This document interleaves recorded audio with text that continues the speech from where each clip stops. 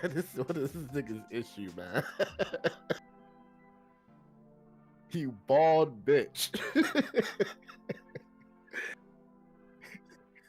My mic is still muted. Mic check, mic check. Yo, yo.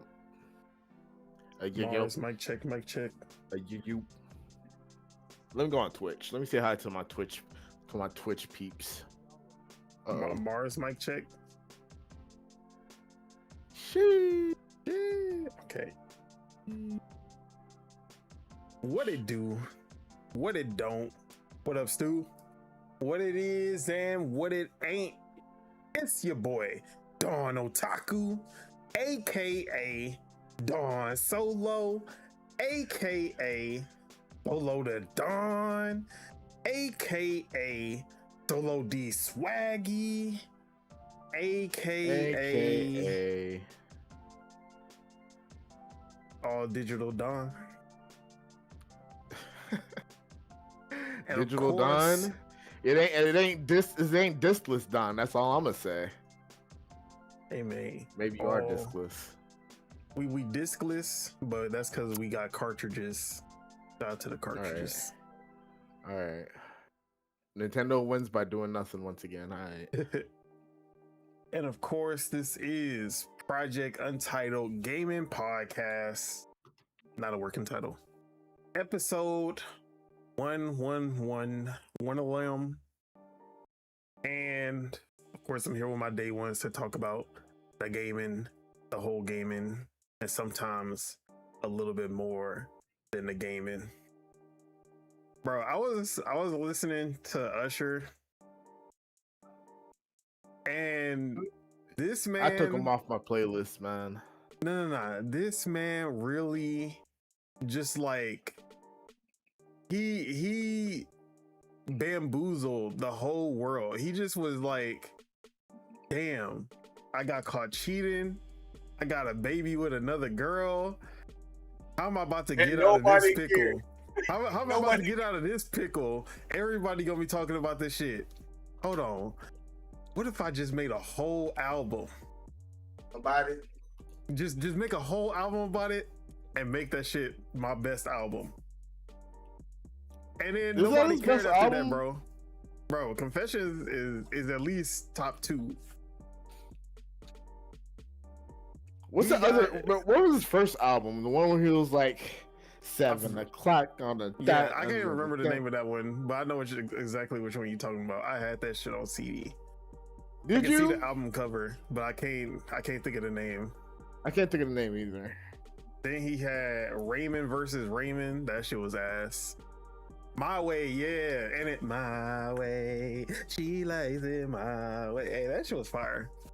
I'm not gonna lie, I never thought about Usher. Ever since Frank Ocean came out, I never thought about Usher ever again. No homo. Frank don't even be doing nothing no more. That's the fucked up thing about it.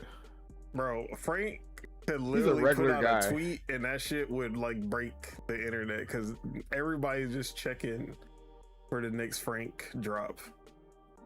Nah, Frank about to scam. Don't even get features no more. That's the crazy part. Nah, because he's a scam artist, bro. W scam, bro. Bro, he out here living in the woods and shit.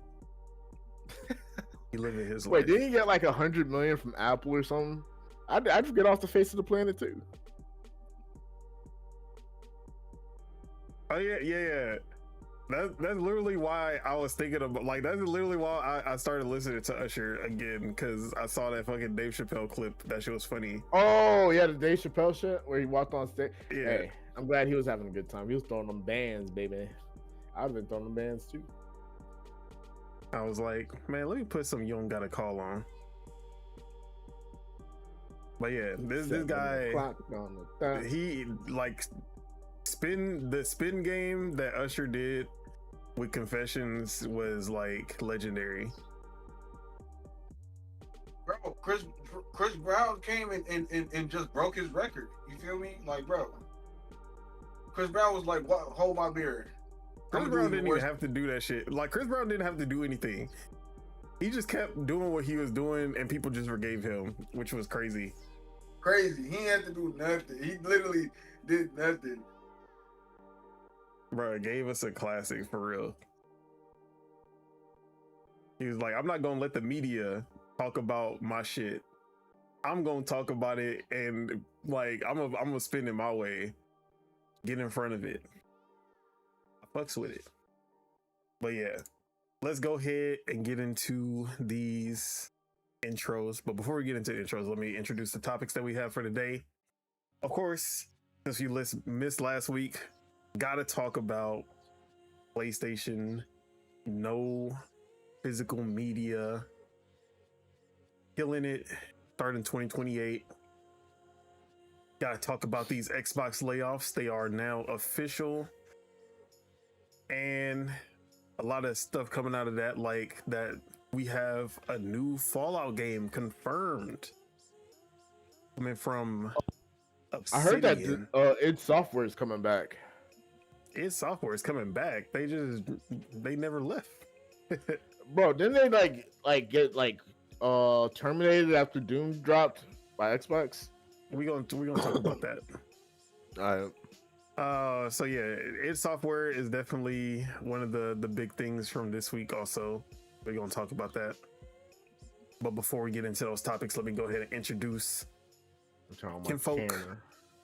We have Lord Mars, aka Big Z Ram, aka the Spirit of Truth, aka Marzarus, aka no S's on his chesses. What it do? What go down? What you been up to? Nothing really. Finished up some anime and been playing Lego Batman. That's about it. I've been watching My Hero. Me and my girl, we finally catching up on that. Damn, you never finished My Hero? Bro, I stopped at season 5. And I never caught up. So we had to start from the beginning. You haven't even touched Vigilante yet. Exactly. We haven't even. So we had to start over because she only watched the first season, and she was like, "This is no." Actually, I ain't gonna lie. She watched more than that. I feel like you should watch. Bro, say that shit mid. You can say she watched up until season 4, and then she was like, "It's mid." And I was like, "Because Vigilante is a prequel, so you can watch Vigilante, and it won't affect the pacing of." But is he gonna watch Vigilante? Yeah, we gonna watch it after. But she was like, she got up to season 4 and she was like, yeah, it was mid. I was like, what? She was like, nothing happened. I'm like, what are you talking about? You don't remember when All Might and All for One fought, and then that shit was like the most epic shit ever? She was like, who? All for One? Who is that? And Squidward's sweet face. She didn't remember none of that shit. Bro, I don't remember none of that shit. She did not watch the show. So this is what she be doing. She puts on a show and then starts doing chores and doing other shit on her phone, and then be wondering why, like, nothing happened in the show. You can't do that with the anime, bro. You can't go do stuff and just have it in the background, like just hearing it. This is not. Yeah, you can. She could chew bubble gum and walk at the same time. I can do it. Anime is not an audio book. It's not an audio book, nigga. So I can't walk and listen to an audiobook at the same time? I was like, nah, we started over from scratch because we not about to do that shit. What, so you started it over from scratch, dude? Yeah, we started all the way from episode 1, and we finally got past season 4, and then we got to season 5. That's where I stopped. But now we in season 6. Hey, season 6 is going down. See, whenever I think of My Hero Academia, I think of the RDC skit. He's like trying to do what's it, the Detroit Smash? And they're like, nah, we're not feeling it, bro. Bro, that shit kind of lame, bro. Like Shigaraki, I used to hate on him. I was like, bro, he's a shit. Like this nigga ass as a villain. Literally, the base Shigaraki kind of goated. Right when he masters Kowlin, bro. Like right when he masters Kowlin, that shit just speeds up. It's like, is that the guy with the hand on his face? Yeah. But you know what? Maybe I'm being too harsh on My Hero Academia because considering like One Punch Man and shit and how that's just going, Maybe we gotta look in the past a little Bro, bit, really? you know? One Punch Man was like, people were like, yeah, why do we need My Hero when we got One Punch Man? Until that season 2 hit, and it was like, yeah, bro, never mind. And then at season 3 somehow was worse.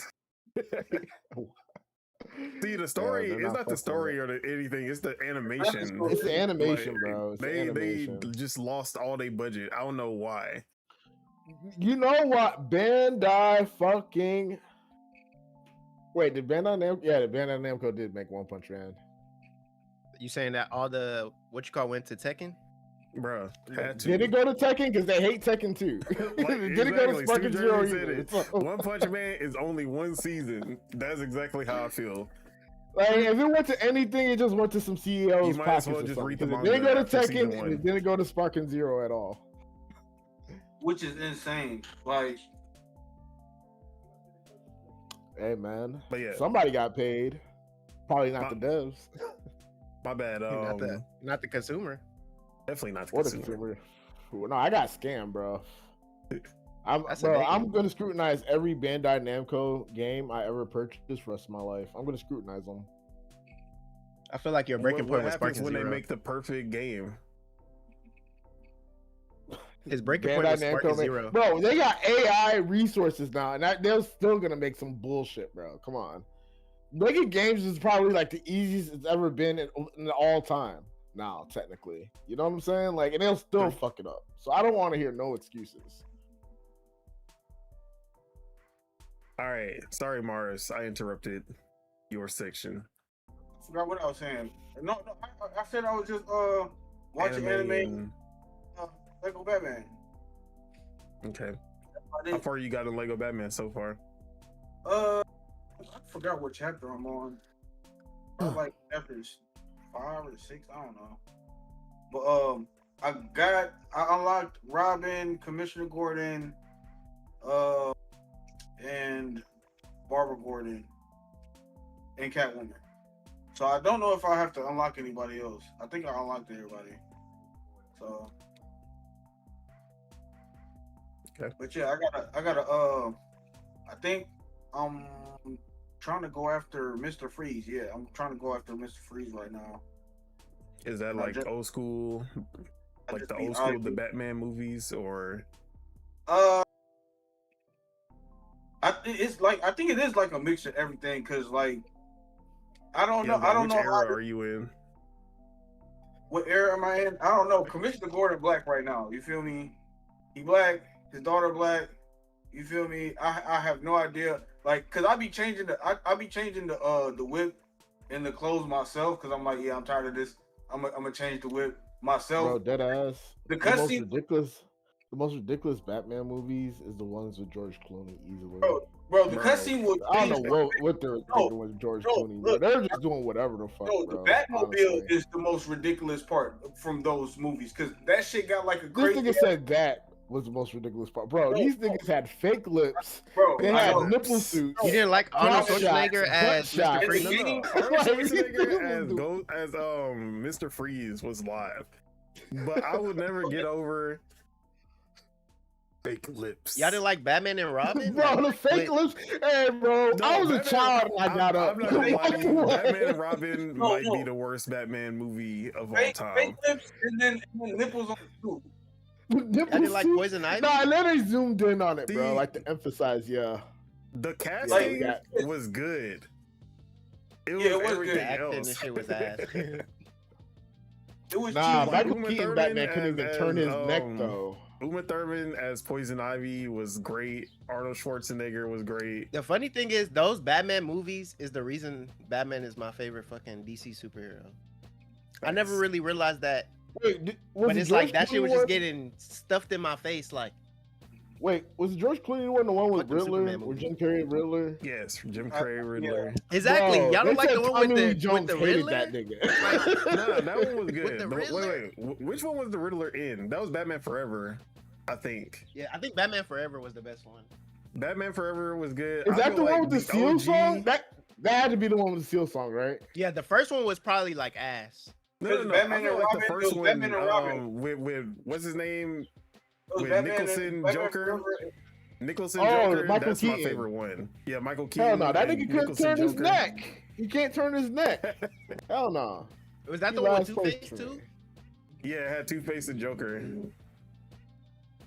Bro, what was that seal? I song, might bro? need to rewatch them, but The hey, fucking Batmobile. it probably from- was ass. But The old Batman, like it got like a crazy ass wing on the back, and I'm like, yo, bro, this wing Mr. Freeze is was too ridiculous. live. What the See, fuck? that was back when there was still some of the humor of Batman. Like Batman was still making jokes and shit. He wasn't a super edgelord yet. It wasn't until Christian Bale that we got super edgelord Batman. Hey, I have a hot take. I feel like Christian Bale Batman has the worst legacy of all time. I mean, not Christian. No, not his Batman. His Joker. His Joker had the worst legacy. I feel like it was cool, but I feel like it's so played out and so used by like the most terrible people. Like I can't get with it. I think don't Joker's think that's corny enough. I don't think I that's ain't enough to gonna downplay Heath Ledger's Joker. No, it's just nah, bro. Wait, it's too you're much. trying to talk People down glaze about it Heath way Ledger's too much, Joker? bro. People glaze that Joker way. It's good, but it's See, like, bro, that you're my- just you always think You're just everything a that hater, everyone bro. loves is Everybody overrated. likes Like it, that's It Nah, because is. he It liked it. is. No, the thing Look, was, he look, liked literally it. But once he everything. realized everybody liked it, he's like, oh, I can't like this no more. Look, it's like, No, I can't. You're Yeah, right. he I watched can't. it. No, it's Yeah, corny right. now. Yeah, It's bro. corny. It's This is corny. the greatest Joker, and then he saw too many people liking it too. He He's was saying like, that shit, nigga. That was actually- it's still the best, one of the top Jokers. Like, stop, bro, stop. Nah, bro. Nah, I Like think, you never I, seen nah, Joker. Like you you never know seen the most Joker like that underrated Joker? unless You like know you what seen the him most in the underrated Joker is? cartoons. You I never think seen Jared that Leto shit Joker like that. doesn't get enough credit, bro. all right. I don't think he get enough credit, bro. I I agree think- with They didn't even you give to a They certain didn't give him a extent. chance. I don't They think didn't he get give enough that credit, Joker a bro. Never chance. gave So him a no. real chance.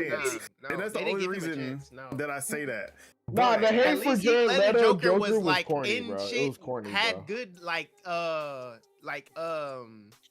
what's it called? I was about to say storyline, Facts. but like he had good what you calls in the movie. The nigga made you think. Like stop, bro. That Joker Every was time just he too was on good, the bruh. scene, he stole the show.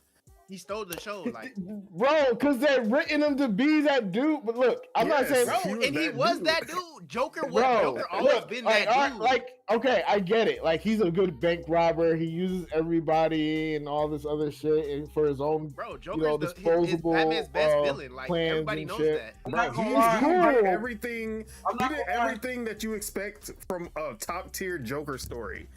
He like the introduction of him playing all the bank robbers and killing all of them one by one was crazy. Bro, But then Heath him given the Ledger's Joker- choice between Bruh. doing was the greater good or saving someone he loves. Bro, Giving his him Joker- that choice, Come on, man. like His bro, Joker, Nah, his man. Joker is a, The no, nigga his dressed, Joker- bro. Nah, He literally you dressed know up. what it is. and You as know a what it nurse. is. quotables. No, He dressed You up know as what a it is. nurse. You know what it is, bro? It's not like he's bad. I just feel like the people that dick ride him are like the worst people, like in real life. So yeah, so Look, say that. look. Say that. That's Bro, better. Look, Let's say that. Let's say that. I don't have a problem with him per se. Don't But let the the people fan that base dick kill ride your him, love for the Okay, the people that make the whole personality Joker are Joker, corny yeah, as shit okay, to I me, get bro. you there. Like, I Yeah. get He you. was being wrong You fucking know way. All right, let Mars speak. But don't. but I was trying to say that Heath Ledger Joker is the most iconic because like it's the darkest Joker we got. Like you feel me? Like that. He could have played. He could have. What storyline did they do? But he could have The did the Killing killing Joke? joke. He Yeah. could have did the red. He could have did the Red Hood, and everybody would have loved it. But we didn't get that. You feel me? Because you feel me? What happened? But Yeah. R.I.P. like man. that's what it would have led to. Like you Yeah, feel it me? would've- Yo, that Jared should've Leto been- was already that should've kind been of on his crazy, way man. to doing that stuff, bro. Bro, And it He would- probably, yeah, it probably would have been that. Y'all, too. you see It that? probably You would've want to know either the problem been with that. Jared Leto Joker? Y'all seen him and just laughed immediately. And oh, he can't be serious. Look at he got tattoos now. Oh my See, god, look the at look, like the look, The look, exactly. of No, Jared bro. Leto's Joker his Joker, killed the his conversation Joker look. about you know how what his his Joker Joker look like? actually was. You know what his Joker Yeah. looked like? His Joker exactly. Looked, They seen the aesthetic and didn't like the aesthetic and decided they didn't like him. Yeah, his let Mars Joker talk. looked. His Joker looked like the new version of Lobo when they killed off Lobo and brought the new Lobo with the little tight suit and the slick back hair. It was like, bro, what the fuck? Joker, Nah, this look no. that Joker look like fucking riffraff with No, a this slick back. Joker looked like Terry McGinnis Joker. You feel me? It's like, bro, like or some shit. Like, bro. He looked like he worked for the cartel. I ain't gonna lie. The Jared Leto Joker looked like he worked for the newer cartel. Joker, like the newer Joker, because there is a cartoon Joker with the slick back, and that nigga look weird too. They just didn't give him a spot. Like they didn't give him a good spotlight to be Joker. Nah, y'all, I feel people like seen him and immediately just didn't want to take him seriously. See, I was really like, okay, I see the potential with the Jared Leto Joker when they did the 4-hour Justice League, and then you got that future scene with him and Batman. That was like, is that what Batman was basically saying? He was gonna blow his shit smooth off or yeah, something? he was like, That- I'll fucking blow your brains.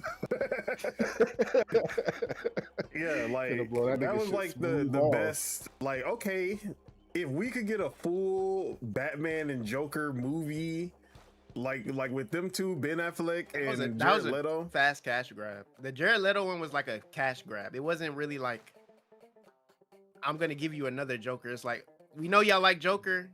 Let's put him in this shit. The thing is, it wasn't even about like, that movie. Wasn't even about Joker. It was about Harley Quinn. Suicide Squad was not gonna do that good unless they had the next Joker. But he wasn't even a part of the, like, he was barely in that shit. That one scene, the little flashback with Common, he's like, I don't want no beef, man. You don't want no beef. Bro, that shit pisses me off. Wait, didn't he push Harley into like the vat or something? Yeah. Well, like he it was just like you would see him when you see him. It was just for Harley Quinn. It was like they should just give us Injustice Joker, bro. Like the next Joker should just be don't give us whatever fuck shit. Like, oh, so regular Joker is what you're saying. All right, got you. Cut out that bullshit y'all do with the last Joker. But like, cut out that bullshit y'all do with the last Joker and just give us Injustice Joker and lead us. They should just give us Injustice. The just movie, lead like, everything should just like lead to Injustice. That's where the shit was headed to with the DCEU, and then we never got that. Like, yeah, DC felt like gave that was up. gonna be They the lost end confidence. game. But yeah, Stu said low key that role led to his real death. Talking about Heath Ledger. For sure. Yeah. And then DC movies had too much going on. Nothing was fleshed out. Niggas jumped straight to Endgame and thought we would like it. Bro, they really did, bro. Look, they really did, bro. Especially with the Rock movie, Black Adam. What? Bro, Warner Brothers saw the money that Marvel was making, and they were like, we need to get to Avengers like now. We going from Superman to Avengers right now. Like, bro, what are you doing? And that fucked them up because they could have fleshed out all those characters and had a good Injustice. But they just was like, fuck it. Let me just get this. Let's try to get the quick cash. People liked Wonder Woman, solo movie. People liked Aquaman solo movie. And they recast but because Batman versus Superman and the Justice League were so ass, nobody cared after that, bro. Like, nah, bro. They wanted to do the Avengers shit. So ass. But they wanted to do the Avengers shit and had the Flash out there moving like real life Joker for real in real life. That's crazy. That nigga was not too much on Ezra. Nah, bro. They them was moving fucking insane. That's all I'm fucking gonna say, bro.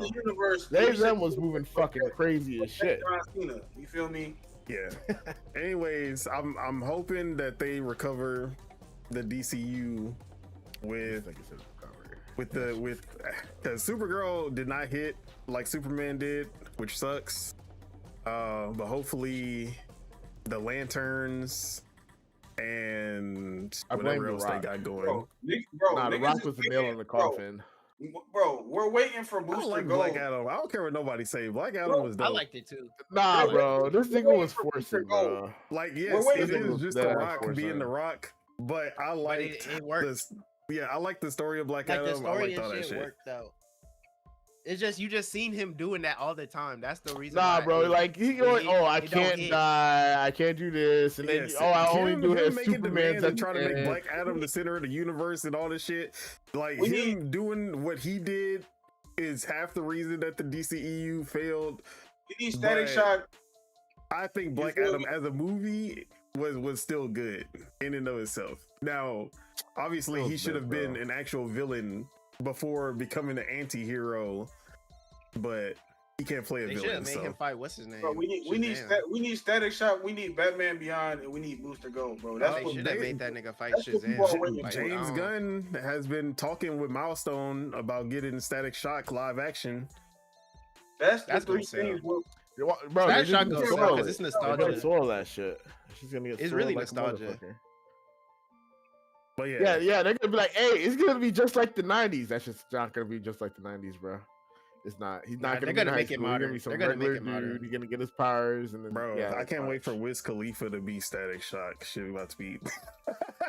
I'm not gonna lie. Yeah, we're checking for Static Shock right now. I ain't gonna lie. DC did talking about people with dreads. They gonna make somebody grow out their Cardi as Static Shock. Shit about to be. Nah, he can't. He don't take off his do-rag, so he can't. What's the nigga that's playing? Now we need Freddie Gibbs as his dad. What's the nigga that's playing? Miles Morales. Wait, who? What's the nigga that's playing Miles Morales in the game? In the movie.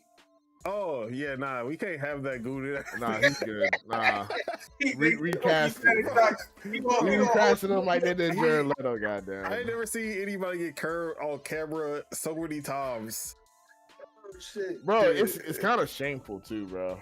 It's like, I don't know. They about to really have him.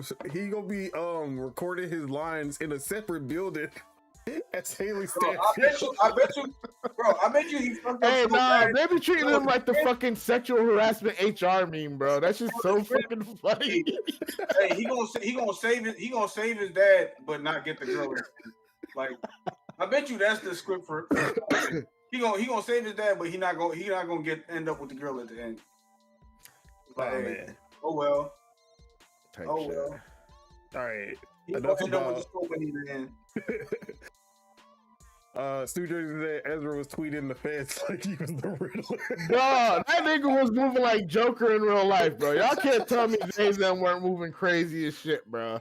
He was punching bitches, running off of bar tabs. Them niggas was looking for him. They couldn't find him. He was in Hawaii now. Like, bro, go film fucking Flash. His best life. What are you doing? That man was living his best life. No care, no. Bro, the fact that all that was going on. And they were like, bro, this Flash movie is gonna save everything. And then that shit was not. Bro, I actually watched the end of that shit the other day. I was like, what were they? They wasted like $20 million on this bullshit. This shit was bullshit. $20 million, bro. That was the biggest budget. God. That shit had a bigger budget than Batman versus Superman and Justice League. Like the deep fake. They thought that they was, bro, so trash. Every time, bro, I was watching the scene. It was literally the scene where the nigga was catching the babies. I was like, bro, what were they thinking, bro? Like, this shit's making me dizzy. I feel sick. He's just throwing babies up and throwing them in the microwave. What is happening here, bro? Was the story bad? The story.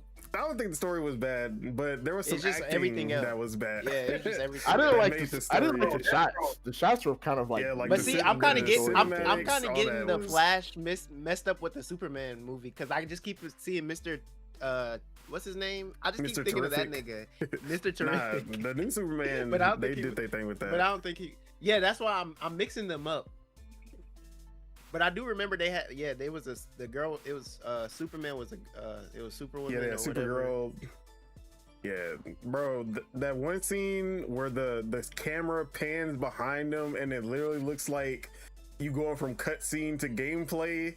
Yeah, like the third person POV. Oh, we gotta show you the whole scene now. Yeah, bro. Is that the same one that had what you call in it? Or am I tripping? Nicolas Cage? Yes, it had the Nicolas Cage Superman in there. Hey Don, you know what that shot remind me of? That shot remind me of GoldenEye when you're about to be James Bond and it goes right behind his head. Why do they shoot it like that, bro? What were they And then they had fucking AI Photoshop. Who's the OG Superman? You know, all that shit was last minute. All that Photoshop was last minute. Christopher Reeves. This just felt like a video game, bro. That shit was rushed at the end because too much was going on. And then he was just having a bad name for himself, just doing shit. Nah, you know what? That sums up DC's universe. Too much going on, guys. Too much. It's way too much. Look, DC I can't keep up. Animated clears Marvel. Oh, they going crazy. DC comic books, I feel like they still got a little punch above when it comes to the comics, but the movies outside of Batman, like Batman top tier, but everyone else, no respect for anybody. Bro, yeah. It's just like fucking they're just like Call of Duty. They just watching they watching other people. They're dead ass like Mortal They're Kombat, watching bro. other people, which is why they did Mortal Kombat versus DC. They watching other people just trying to be like them, but they're not really doing anything. They just wait. Did you watch the new Mortal Kombat? I haven't seen it. I need to watch it though. I need to watch the first one again. All right, let's get into gaming before we gonna be on this shit forever. Nothing but the gaming. Last thing from Stu. Ezra shit making me angry all over again.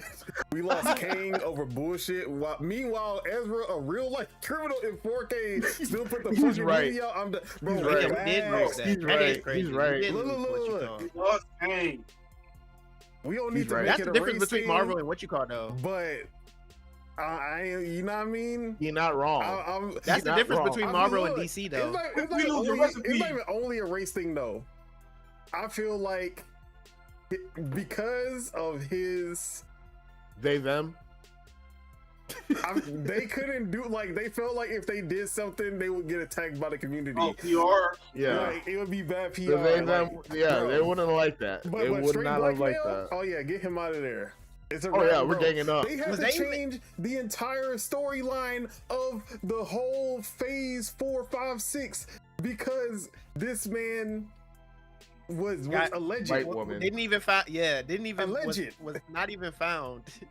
Didn't they dismiss the shit? Yes, bruh.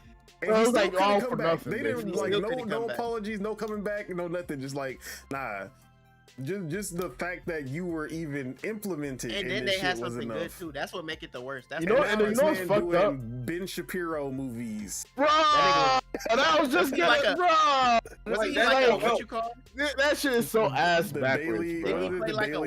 Daily Wire, yeah, Daily Wire. Hey, that's how you know you're cooked, though. It's a rap for you. Gotta start all over. Nah, it's not. He just got. It's just gonna be a long. What you call it? Nah, it is, bro. Nah, it's not. I'm telling you, it's not because if he would have got convicted, yes. If he would have got convicted, yes. Who came back that done fucking? Bro, I haven't seen Kevin Sorbo in a movie in 30 years. What the fuck y'all talking about? RDJ came back and had the biggest comeback of anybody, and it's like RDJ didn't make right wing fucking movies. Nah, he need a cosign, bro. He played a black man. That's not a right wing movie. He did it tastefully. That was a tasteful black man. That was the most tasteful black man I ever seen in cinematic history. That was a white man. Dead ass. You know, whenever a white person plays a black man, they look like Mr. Popo, and I don't like that shit. Only person to ever get away with blackface. That Mr. Popo shit. I know what the fuck y'all are saying. The fuck. All right, let's talk. Let's do the intros. We already did Mars. Deadshot Teej, aka Triple Up Teej, aka Double Down Teej. What up? What it do? What go down? What you been up to? I'm feeling extra evil today. That's what I'm feeling and doing. And I've been busy skateboarding and shit. And also, I've been playing Star Fox, man. I've been playing hella Star Fox, bro. The online for Star Fox is funner than Mario Kart, easily. Stop. Easily. Why you gotta bring Mario Kart into this? Nobody talking about because there's no other multiplayer game I want to compare it to, except Mario Kart. And Star Fox Online is funner than Mario Kart, bro. It's sad that if I want to play like a Star Pilot fucking online player game, I have to play Star Fox in 2026. But that's where we're at. What about Squadron, bro? We're at. Hey, appreciate it, Stu. $5 super chat. Have a great show, y'all. I appreciate that. Hey, shout out to him, man. Wait, hold on. Let me. There you go. That's for Stu right there, man. That's for Stu right there, baby.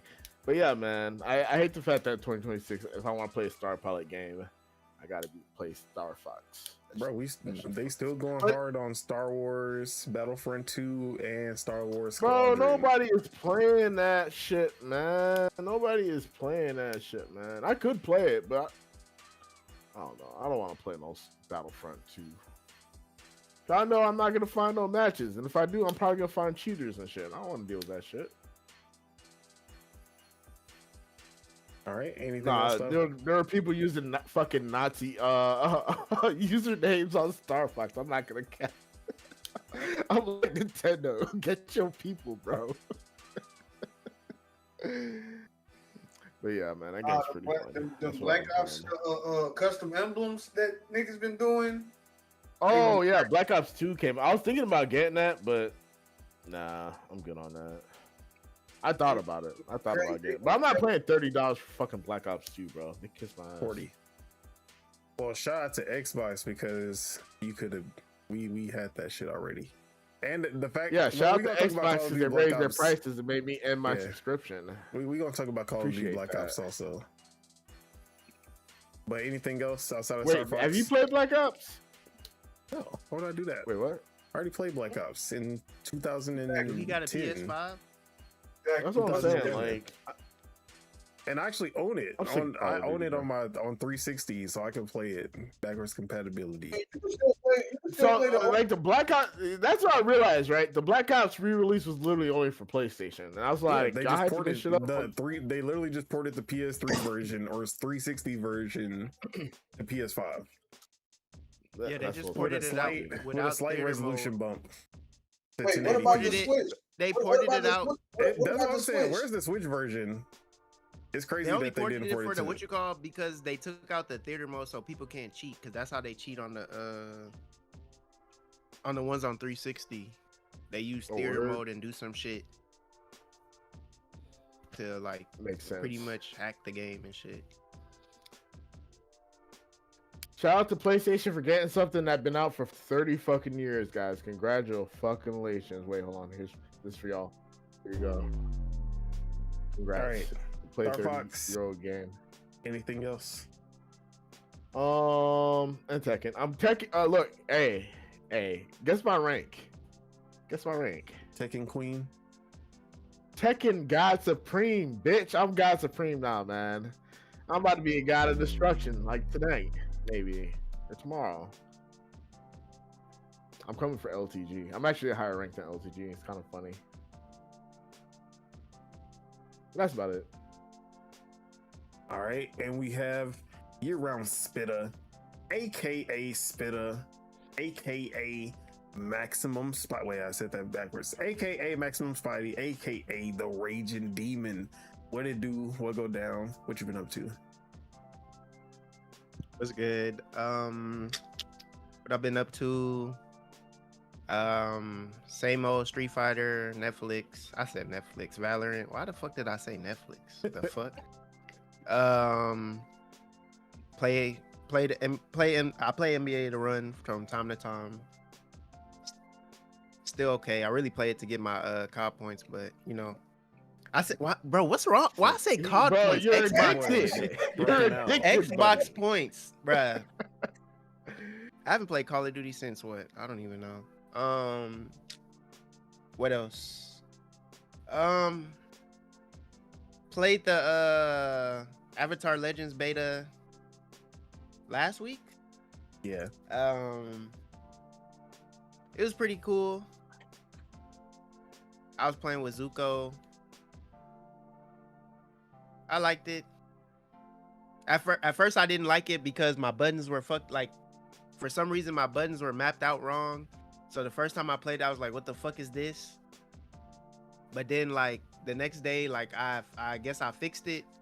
And like, yeah, it's fun. It's pretty much like it's like a 3-button. It's a 4-button? Yeah, it's like a 4-button game. 3 attack buttons, and then A is your flow. Yeah, the flow. Yeah, bro. Why was my flow on X, bro? That shit was fucking me up. I'm like, bro, why would they put flow on the light button when X is always the light button? But that was me. I tried like the characters I played Zuko the most, but I liked Aang. I liked Aang and I liked Toph. Hey, stand Toph, bro. Bro, I don't know nothing about Avatar except. Bro, me either. Me either. I never watched the show like that, but everybody say that's one of the greatest shows. I seen some episodes and they were funny, but it's like I just never really got into it. I don't know why. Maybe because I was watching just a Naruto Cartoon or some Network shit. ass nigga, man. Like I was just watching anime on Cartoon Nah, Network. I remember every time I seen that the beginning of Avatar when they show I don't know if they say long ago or whatever, but as soon as they show that one thing, I used to always turn the channel. That's all I need, bro. Water, air, wind. Oh yeah, bro, I used to. It was all pieced into the Fire Nation. I used to always turn the channel, bro. Like, but it was certain times where I was like, I didn't feel like turning the channel, and the episode was actually that shit was actually good. So it's like I'm not gonna hate on it. I just wasn't. I didn't know better. That's the best thing I can say. I didn't know better because when people were like that hoe is, I was like, damn, I missed out on that show. I need to watch it. I don't know when that's gonna happen because my backlog is too back. I've watched more, I've watched more One Piece than I've watched, Right, and I barely watched One Piece past season 1, bro. Like season 1 is 1,169 episodes. What you talking about, bro? So you did. Well, you can say the first chapter. I'm gonna say every 12 episodes is a chapter. You feel me? I haven't even hit triple digits. Fuck around. Like, bro. But it's a good game. Am I gonna get it when it first dropped? We gonna see. Cause I ain't gonna lie. That game dropped when we gonna see though. That game kind of dropped when Marvel Tokon beta dropped, so I'm gonna be able to try that, which I'm happy for. Yeah. And I think like a week or two later, Street Fighter character gonna drop. But yeah, I ain't gonna lie, I can't wait to try Marvel Tokon. I just want to make sure I'm what you call it myself, because I already know it's gonna be touch my data, bro. Hey man, I feel sorry for those people, but hey man, and man, they banned stuff from Japan that I can't play, so I ain't. Hey, bro, 192 countries is insane. Bro, that's PlayStation though. That's not the game. That's not the game's fault. That's PlayStation's fault. That ain't Arc System Works fault. That's 100% PlayStation fault. It's that stupid PS. You gotta sign in shit. It's dumb.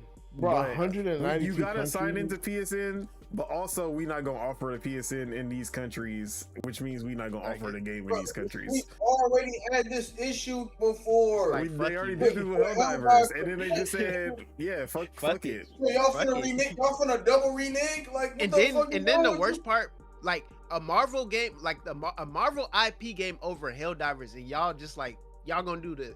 So am I gonna need to not make it like Helldivers? Like y'all want to not get money? Like PlayStation be wanting to not get money, bro, they're never but still find ways to finesse the PlayStation fans to get them up. Money. Like that shit is the craziest shit. If they gonna find ways to finesse their PlayStation fans to get money while shitting on them, wasn't there no way? Wasn't there a rumor that they said that they was gonna make the price cheaper for newer accounts, but make it more expensive for like people that buy more games or whatever the fuck? And I'm like, that makes no sense, bro. If you already have niggas that aren't trying to buy your games because they too expensive or whatever the fuck, and then you raise the price for niggas that buy more games, it's stupid. Charge the whales to get more cheap people in, because that's just gonna make the whales leave. Yeah, PlayStation. They have PlayStation's formula is probably one of the greatest formulas because it's like the way they just shit and get the money back is like it's like they get rid of it's crazy. Getting rid of physical media, erasing people's digital. Wait. Let's not talk about that yet. We gonna get into I know. that. Like I know. I already know with that in Call of Duty. That shit gonna be funny when we talk about that. We gonna talk about that. Also raising the price on a digital service. Like the fuck is wrong with y'all? Yep, that PS Plus increase is coming soon to a theater near you. Motherfuckers gonna be quiet about it. They gonna say a little. They gonna do a little jab. They not gonna do nothing.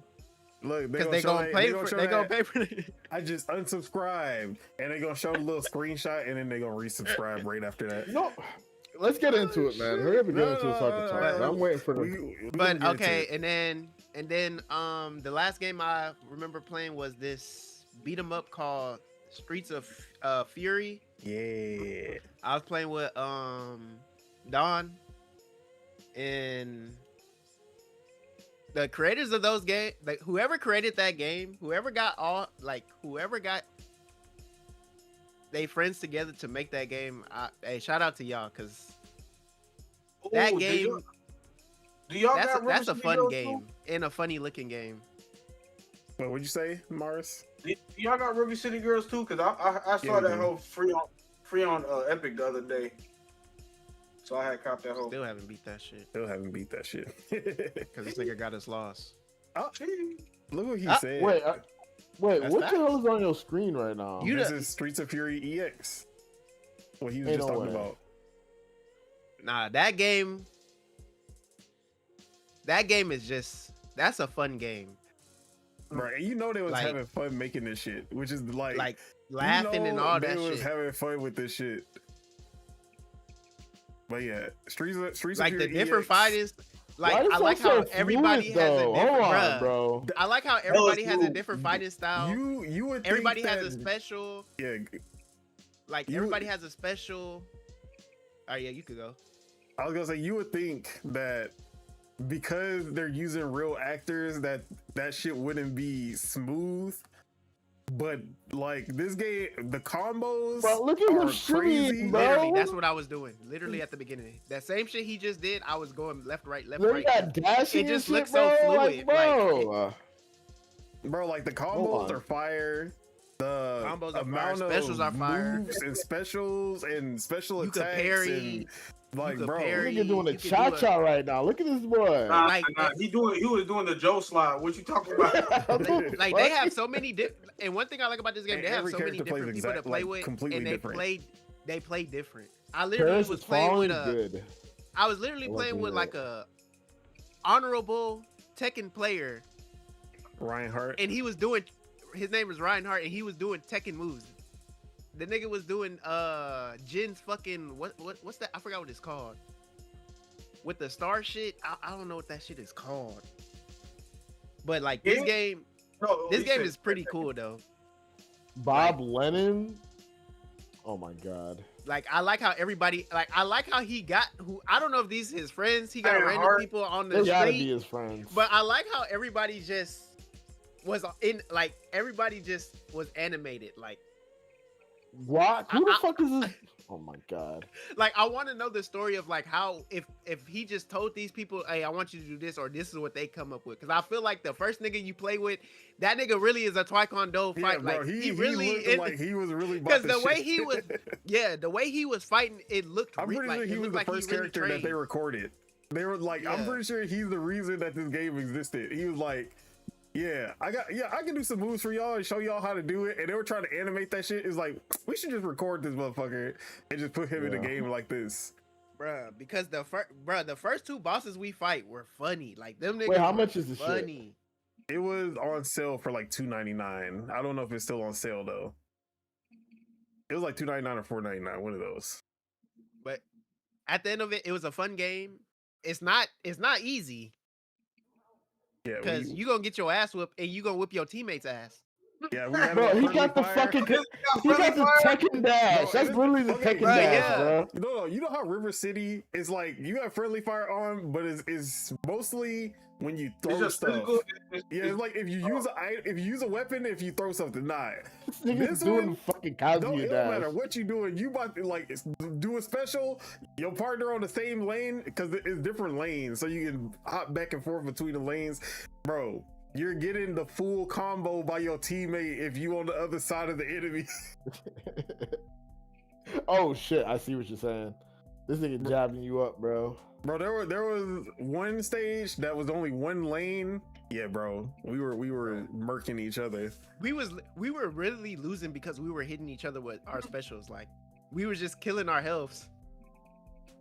But like, I enjoyed this game. I didn't expect I was gonna have this much fun playing the game, but that shit was fun. Like, yeah, like I knew I was gonna have fun, but I didn't know I was gonna have like a fun and funny like experience. Bro, this shit is goofy as hell, but the actual combat is so good compared to like any other beat 'em up. That you could tell these niggas actually play beat 'em ups and they play fighting games. Yeah. Bro, the cutscenes were fucking hilarious. Like, bruh, this dude came out of nowhere and just drop kicked. Like, yes, this nigga here, bruh. Bro, that nigga came out of nowhere and just drop kicked. Why you just one shot that nigga like that, bro? But yeah, like the cutscenes in this game make no fucking sense, but they just be hilarious. Like, I know, like, I would want to be a part of something like this because I know they just were having so much fun filming this shit, bro. I know the editor was whoever had to put it all together and shit was just sitting in that. Why is bro taunting? Bro, he literally and super like he just smile when he about to do that drop kick every time. Literally in beat 'em ups, he's letting you know he about to do something, and then he does it. Look that nigga breaks the fourth wall before he fucks something. Oh man, he looking at us like we gonna help him. But yeah, this game is pretty good. Like, if you like beat 'em ups, highly recommend, especially for the price on sale. And they still updated. Like they did an update for the 10-year anniversary. The fact that this game been out 10 years though. Yeah, I found out about this game from Royal 64. What's the name of the game? Streets of Fury EX. Streets of Fury EX. All right. Yeah, I found out about this game from Wario 64. Like, it was just a random post. I was like, let me see what the fuck this is. And then it was gold from there. But yeah. Let me see how much it is. Anything but that was it. Actually, don't buy it. Because that's the one thing, even 10 years later, there's still no online co-op. Why you show me something I can't buy? No. There's no online co-op. So I gifted Spit a copy. Oh my god! All right, we couldn't play together, but we played through remote play. So if you want to play, we could just remote play. And it wasn't bad. It wasn't bad. No lag. Yeah, there was no lag. No input lag. None of like that. As long as your connection good enough, you shouldn't have any issues. Is your connection good enough, Mr. Drop? Oh, my connection is definitely good. Shout out to Xfinity. Shout out to Xfinity. Oh yeah, I was meant to ask you. Should I should trade in my Switch, right? Oh no, never mind. That's to Nintendo. No. What you say? Don Otaku one time. Shout out to who? Nah, it's fuck Xfinity all day and everybody that worked for them. I respect it. Yeah, but I was gonna ask, like, I should trade in my Switch, right? I shouldn't just keep it. Yeah, there's no reason to. There's no reason. All right. I was meant to ask this nigga this shit, but I always forget. All right, but yeah, that was it for me in the games I played. All right, you're on Chuku. Anything you've been playing before we get into it?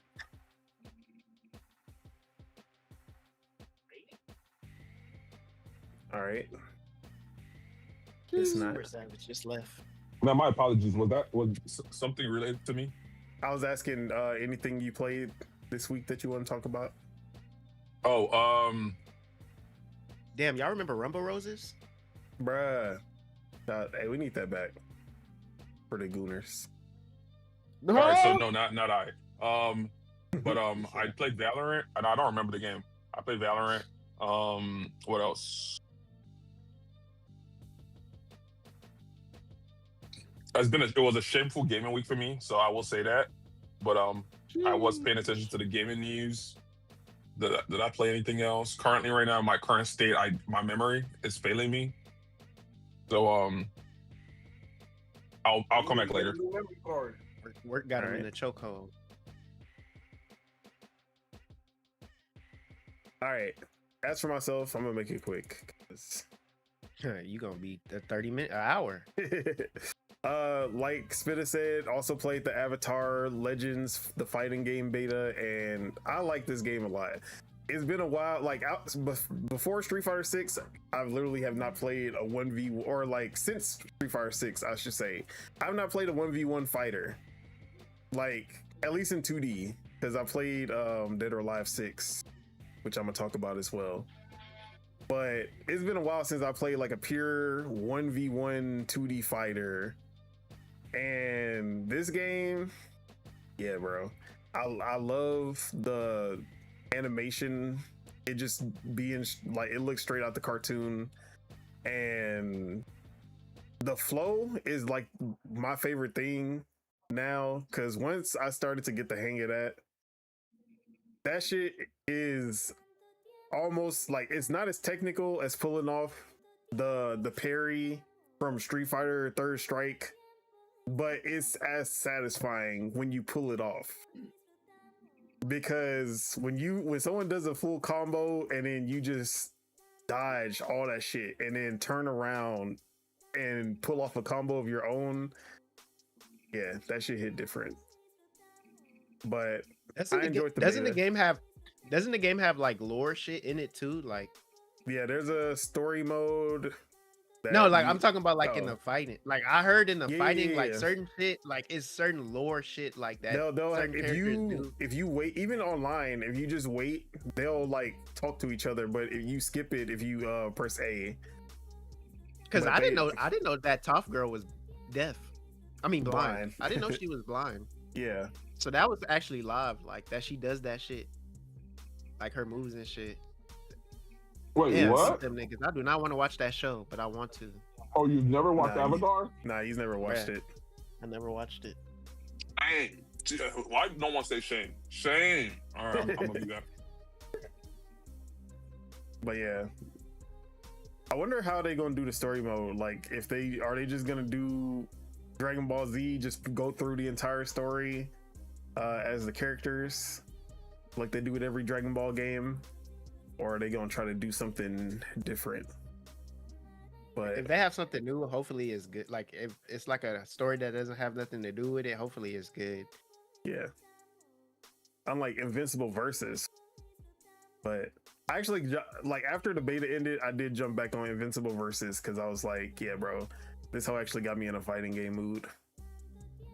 And I was getting whoops because the niggas who are still on that game are not playing no more.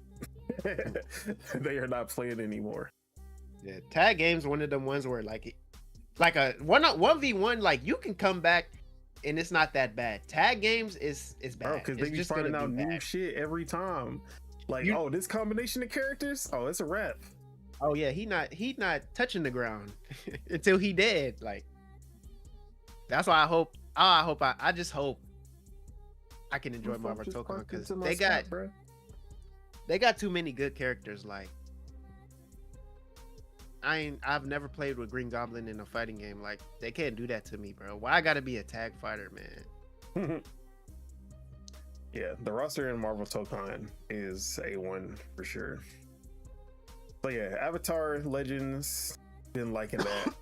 I've been playing, so me and my girl, we've been playing this game called Hold Fast Nations at War. And this is an American Revolution and like pirate era, like the age of piracy era games, where it's like, I think it's up to 250 players in one match. And I was gonna make an Assassin's Creed Black Sheep, and then you said that, and I was like, never mind. Yeah, no, not Assassin's Creed Black Flag, not Assassin's Creed 3. This is a 250 player multiplayer game where it's muskets, blunderbuss. Like you're shooting once and then you're taking 10 seconds to reload, and it sounds like it would be like a very slow game and not exciting, but this shit is actually fucking hilarious because once you get that shot off, it's a scramble. It's like, oh shit, let me run, let me get into cover. Like, you just try to get your fucking reload off, and that shit is so slow. But it's very Battlefield in terms of like the objectives. They have like a rush mode, they have like conquest, things like that. And you have all of these different classes, and unlike newer games where it's like you can be the soldier who does it all, it's like, nah, you literally have to play your class. So if you are an officer, your job is to set up camps because there are no spawn points unless you put down a camp, and then that's going to be the new spawn point for your squad. If you don't put down a camp, or like nobody puts down a camp, you keep on spawning from the far side of the map at the beginning. Like you have to keep on spawning there until everybody puts down their camp. But the camp is also like, it can be destroyed by the other team. So you have to like protect your camp so that you can keep on spawning close to the enemies or close to the objective, wherever you need to be. And you can literally spawn anywhere. So it just comes down to like how far up can you make it, or how close to the objective can you make it, and then put your camp down, and then you'll just be spawning from there. But if you put it too close, they just gonna tear that shit down like quickly. So there's actual strategy to like putting down your camp and having a spawning point for the squad. Then there's like the artillerymen who sit back and just fire cannons the whole time, just trying to wipe out as many people as they can with the cannons. Then there's people who ride the horses and they just go around shooting and slashing everybody. There's the people who the grenadiers, they're the only ones who have grenades. So like most classes have either a rifle and then a sword, or you have a rifle and a grenade if you're a grenadier.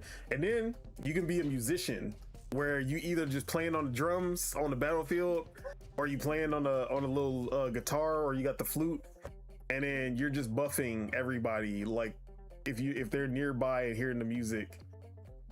So like this game was way more in depth than I thought it was gonna be, and the people who are still playing this game are literally like, I would say like half of them, not everybody, because there are some games where like people are just saying random shit, but these motherfuckers be in character. They be role playing in this game, and that shit is fucking hilarious. But I got so many jokes and so many questions, but I don't know if it's appropriate for the show, but I'm keep listening. But this shit is funny as hell. I actually played this game more than I thought I would, because we actually kept coming back to it after playing it for the first day. But I was, last night we were playing, I went ham. I actually got into the top 5 for the first time on the ranking. Who you play with? So I've been playing with the officers. So I've been like playing, like putting down the spawn points and like trying to find the best place. And like literally all they have is a pistol and a sword, bro. So the best part of this game is if both of you miss that first shot, like the best thing, like the thing that you do when you miss is pull out the sword and run up. And then when you get into a melee fight, that shit is so hilarious, because you're just trying to like run around in circles and try to make them miss they swing, so that you can swing at them. Like some people, if they got a rifle, they have a bayonet on the end, so they just trying to do the bayonet. Bro, the melee fights are hilarious. And there are people who are so good at the melee, they will like wipe out, like they're fucking Zorro on the field, just wiping out everybody, slashing everybody. But yeah, I got, and if you're an officer, you actually get assists for every kill from your squad when you put down your tent. So that's how I ended up coming in 4th, because I went like 29 and 15 or something like that, and then I had a bunch of assists from all my squad mates, because I had put my camp down. I had hit it like behind a cliff, but it was like super close to where the objective was. So like we just kept spawning where everybody was trying to get to, and yeah, we was just racking up all the kills.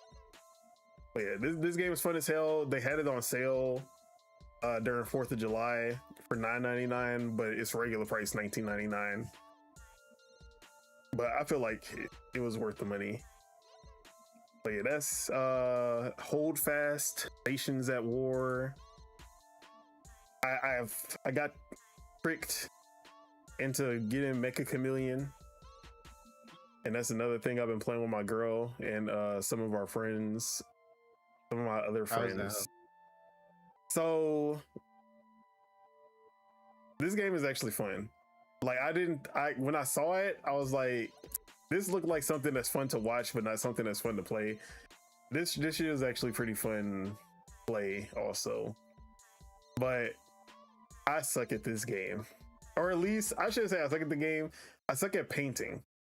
For sure. My girl, she's a mastermind. Cindy is like, she's built for this game, bro. Because the spots that you would find her in, or don't find her, because it'll like, if you don't find the person at the top, it reveals where they are. And then when you be seeing the shit that she be making to blend in, I'll be like, bro, I don't even want to play with your ass anymore. Like, I literally told her that. But this game is way more fun than I thought it was going to be, especially when you play in different game modes, because there's like the basic mode, which is increasing tag, and that's just prop hunt essentially. Like, there's a few people hiding, and then there's either 1 or 2 hunters. We had like 5 people, so we had it 2 hunters and 3 hiders, and then whenever you kill somebody who's hiding, they join, and then they're all searching for the remaining people. So that's like the basic mode. But the one that we kept going back to, because I felt like this one was way more fun because everybody got to do both objectives. You got to hide and you got to hunt. It's called Reverse Chicken Race. And in this mode, basically everyone goes to hide, and then you find a hiding spot, but then it goes into the rounds after that where it'll show somebody, like the way that somebody is painted, and it'll show like the position that they're in. So if they're like painted all red and they're like crouched over, it'll like show that and then everyone who isn't that person has to go find whoever, like where they are, and like using the environment to try to like, okay, if he's like metallic, he must be somewhere where there's like a fridge or sink or something that's like metallic, and it's like that. And then everybody's just going to search for that one person, but like they rack up points the more that you see them. Like, okay, the more, like if someone sees you but they run past you because they didn't realize, you rack up a bunch of points that way. But whoever gets the shot, they get 500 points. So you can win 2 ways, either by just having the best. So instead of hiding like how the other ones were, like how the other modes are, you have to hide in plain sight, because they have to see you for you to get points. If you hide somewhere that no one's ever going to find you, you don't get anything. So you have to paint yourself so well that you are hidden in plain sight and everybody sees you, but they don't realize it. So that part, like that game mode, is the one that we like the most, because everybody just gets to do the objective. But yeah, this game is a really good like party game. It's really like perfect when you got the right group of friends, because that shit is hilarious. So yeah, Mecha Chameleon, definitely worth $5.99.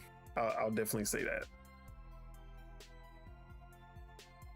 Already talked about Streets of Fury. I played this Mega Man style game called Decaduck. It's very Mega Man X, but more with like more modern gameplay elements.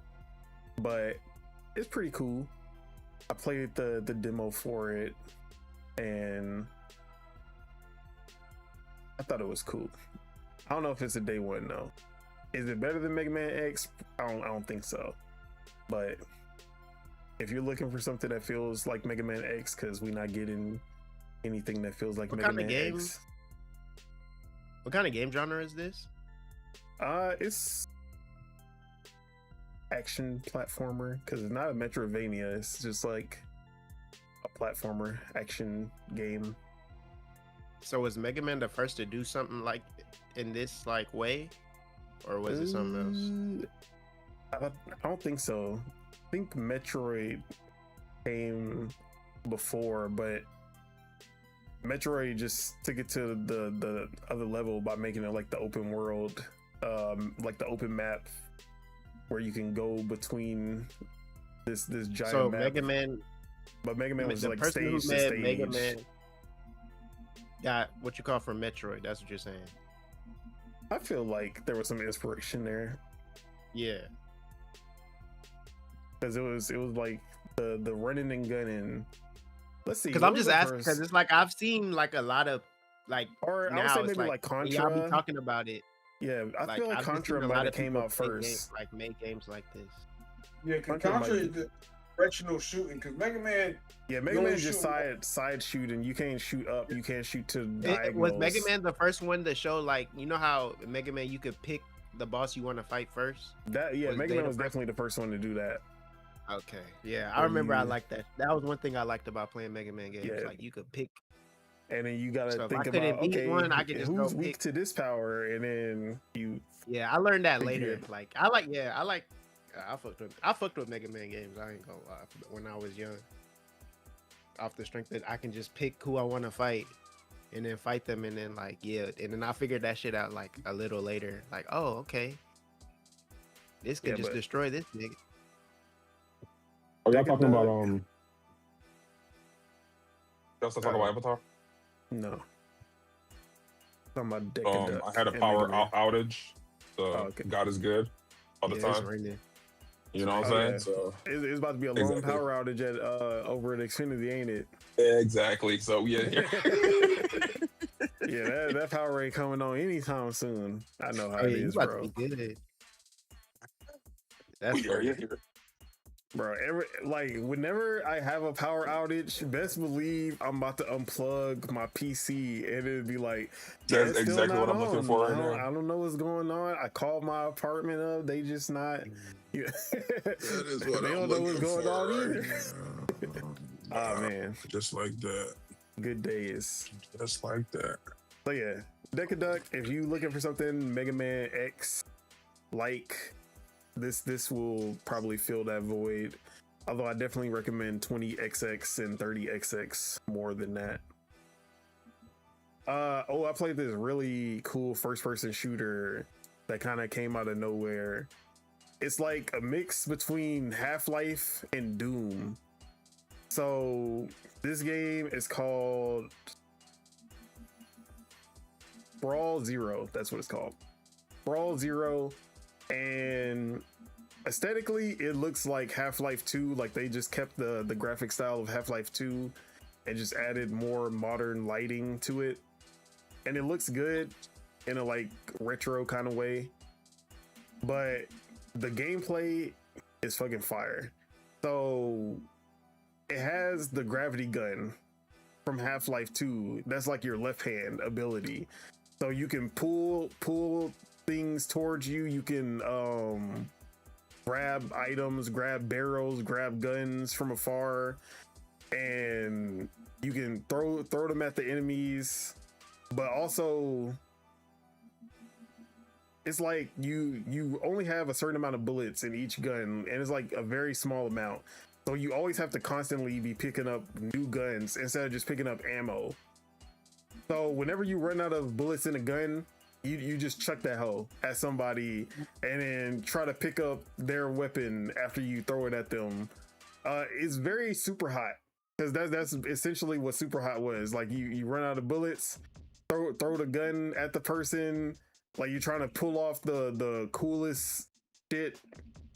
It got bullet time as well, so you can slow down time and then just like slide and do some cool shit. Like this game is really high quality for it being from a studio I've never heard of. Indie studio, but they did a really good job with this, because the gameplay was actually way better than I thought it was going to be. I had a lot of fun with it once I got the hang of it. But yeah, if you're looking for fast-paced first-person shooter, Doom style with a mix of like Half-Life immersive sim elements, they got some puzzles in here too that they throw in with the gravity gun. But yeah, that's Sprawl Zero. Thought that one was cool. Me and my girl played this game called Super Rhythm Castle, which is a rhythm adventure game. It was all right. I won't talk about that one too much. I thought it was all right. Nothing too crazy. Shout out to Konami. Hell no. And then me and my girl also been playing. Me and my girl been playing a lot of games actually. Like this, I feel like for the last 2-3 weeks we've been playing games together. Ever since she finished school, we actually been having time to play together. So that's been fun. Did she finish school or? Yeah, she got her master's. Oh shit. So me and her been playing Escape the Backrooms, which is a co-op horror game. Oh, we got some hoes. Yeah, I know. I already knew this was coming. It was on Game Pass. At least you know. Like you already self-aware horror. I already know. If it's a co-op horror game and you play without me, I'm gonna call you a hoe. Yeah, I already know, bro. But we went to go see The Backrooms, the movie, which was really good. Recommended. Y'all should go see. It's good. Yeah, it's really good. So we went to watch it, and then I was like, wait, there's this Escape the Backrooms game on Game Pass. We should play that. So then we went and played the Escape the Backrooms, and like the first level was like, okay, yeah, I'm getting like, it was that Backrooms vibe. You in the office like area with all the different rooms and shit, and then that squiggly monster from the YouTube series, because the monster in the movie is different, but this one was like based off the YouTube series. That squiggly ass monster pops up, and then bro, so we look, we first started playing, I'm over here like, all right, like we start playing. I'm on PC, she on the Xbox, so we put it on. We leave Discord and we're playing on proximity chat, so so that it can be more authentic, right? Yeah. I tell her, all right, I just need to look at my settings real quick so I can get the sound and shit, and make sure my graphics is all the way up. Bro, Clapped. what up, J Sniper 1600? We gonna talk about that a little bit later, but he asked, yo Don, what's your thoughts on the Marvel Tokon region lock situation? Yeah, I'm itching for that one. I'm gonna make it the first topic. We gonna talk about that. So yeah, I'm telling her I'm going through I just need to change my settings real quick and make sure my graphics is all the way up and everything. So then I get out of settings. I'm like, I look around and she ain't nowhere to be found. I'm like, Cindy, where you at? Can't even hear her. Can't hear me. She got absorbed. Bro, she went off on her own. And you know, like when you play it in co-op, that shit not scary because you got somebody there, and it's like it's more funny than scary because you got somebody. Bro, that shit was scary as hell. Like as soon as I realized that she was there and I'm walking through these fucking back rooms, I was like, damn. Now I feel like I'm actually playing a horror that's game. That's real movie shit. Yeah, that's real movie shit. Like you be with your people as bro. And like there's no way to tell if she's dead or alive or nothing. Like I'm over here like, did she get eaten? Like did she already die? Is she like ahead of me? I don't know which way. Like bro, you were in the smack middle. So there's so many directions that she could have went. And I'm like, yeah, bro, it's a wrap. So then I'm just running around trying to find her. I'm like, Marco, oh Paula. my God. And then gonna come get you, bro. I went into this room. I saw that motherfucker. I tried to run. I thought I could outrun him. I'm like, bro, There's a run button. I'm about to outrun this guy. Yeah, he caught me, bro. He caught up. I could hear the scream like getting louder, and I was like, I don't think I'm outrunning this thing. I don't think I'm outrunning. Bro, he caught my ass, and it was rap. Bro, when I died, I found out where, bro, she was in a corner hiding. She's crouching the whole time. I'm like, I'm over here running full speed trying to find her. She over here crouching in the corners. I'm like, ain't no fucking way. That's bro. Real horror. That's real like horror shit. Like that nigga, and you got to go look for the person when you lose them. That's the worst part, bro. That proximity chat was not. So then we finished the first stage. She escapes without the monster getting her. I'm like, okay, we gonna keep going through these back rooms, like, bro. The whole game just changes after that first stage. You are no longer in the back rooms. You are like, we ended up in a garage, which is what you see on the screen now, and it's a completely different monster. So like, as you progress, the monster keeps on changing, and then like the levels change. I'm like, this is not the back. We like, I was like, what is this, bro? But it is. Like it is, but like I wanted, like, it's like one stage that was the actual like back rooms, like those. You know what the back rooms is? It's basically the like purgatory, like the in between space for like the SCP foundation. Cause it got like you got the SCP foundation. That shit's basically the same shit. You feel me? It's like, bro, it's like they're connected, bro. Like just connect the two things together, bro. I think they're making more internet like these type of movies. Bro, they're about to make after the success of the back rooms, we are about to see. We about to see the superhero, like everyone jumping to do superhero movies, but that was everyone jumping to do YouTube horror series. Yeah, shit like that. Bro. Hopefully they redo Slender Man, because that one they dropped. Slender Man needs an actual budget, not that bullshit that we got. Stu Jersey, this is Escape the Back Rooms. It's on Game Pass currently. But yeah, I need to watch this movie in Obsession. Yeah, so the second monster was a mimic, and we were literally like just going together this time. I was like, you better not fucking leave me this time. So we actually stick it together, and then a third player dressed in a hazmat suit comes up to us, and he just says, "Hello." I took off running. She did not understand what was happening. I knew exactly what happened when I heard that fake ass hello. I who the fuck saying hello, bro? Like, I took off running. All I hear is. I just look like, who coming up to you saying hello? I just see her. I just see her getting bodied. I'm like, yeah, bro, I'm out of here. It's like I left her ass. No horror experience right there. Ain't nobody just pulling up to you saying hello. Hello, like hell nah. I'm not trusting nobody. So yeah, that shit was hilarious.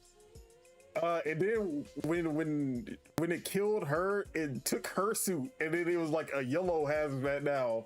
Because I had a red hazmat, she had a yellow hazmat. That motherfucker pulled up in like a orange, I think. I was like, yeah, nah. So like when I saw it take her suit and turn yellow, I was like, yeah, I'm out of here. But this game is actually pretty fun. I will say the monsters get less scary, and it just like I feel like it gets more boring with the rooms and the setup the further that we get into the game. But those first few levels were pretty good. All right. Other than that, just playing some stuff I've been playing, like NBA The Run, Half Sword, Undisputed, NBA 2K26. NBA 2K26, I've been playing on the Switch too. It actually runs really good on there. And I got it while it was on sale. Obviously bought some VC to make up for that. But I've been playing that. I will say NBA 2K crossplay. It isn't crossplay. So you're playing against other Switch 2 players? I mean, I'm not playing against anybody. I'm only doing my career mode. Oh, you haven't done My Core yet? Yeah, I don't do any of that. I was gonna ask what the Switch 2K community looking like whenever you go out there. I haven't even stepped onto into the city, so I don't even know. I just been doing the story mode, but I like it so far. It's 2K. Like, I go a few years without playing 2K, and then whenever I play it again, I'm like, yeah, now I remember why I love 2K. But I'm just not about to let them fucking nickel and dime me every single time, bro. Every single time. So I play every 3-4 years, get it on the deep sale, buy some VC, and then we good.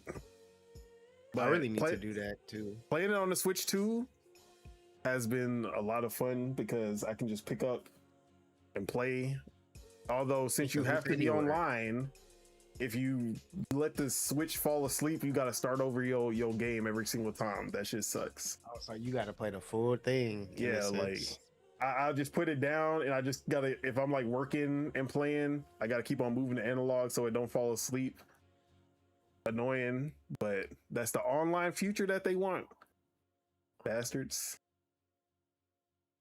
Yeah, I think that's only for that's only 2K. Like, it is certain games. I ain't gonna say it's not, but when 2K I was is playing like the Madden trial that they had, I could like turn off the screen, come back, and just keep playing my match in Madden. So Madden is good because you don't have to be online. It's because they don't want you trying to do anything funny with the VC and all that shit. Yeah, exactly. When they got currencies and you're always gonna be online, basically. I think if you play like an offline, it don't do that shit. But I don't know. But yeah, for sure, for my player and all that shit. Because so wait, are you playing the people are trying to find ways to the full game? The full game.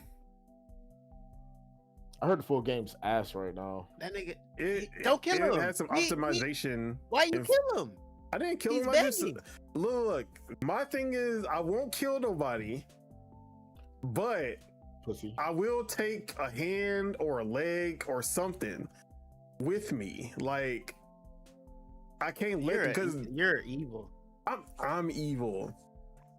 I just need to make sure that if they come back for me in hell, I gotta make sure they're missing something. He the type of guy that, back in them days, if he'll befriend you, but if you did him dirty, he'll kill you, and then there's nothing you can do about it.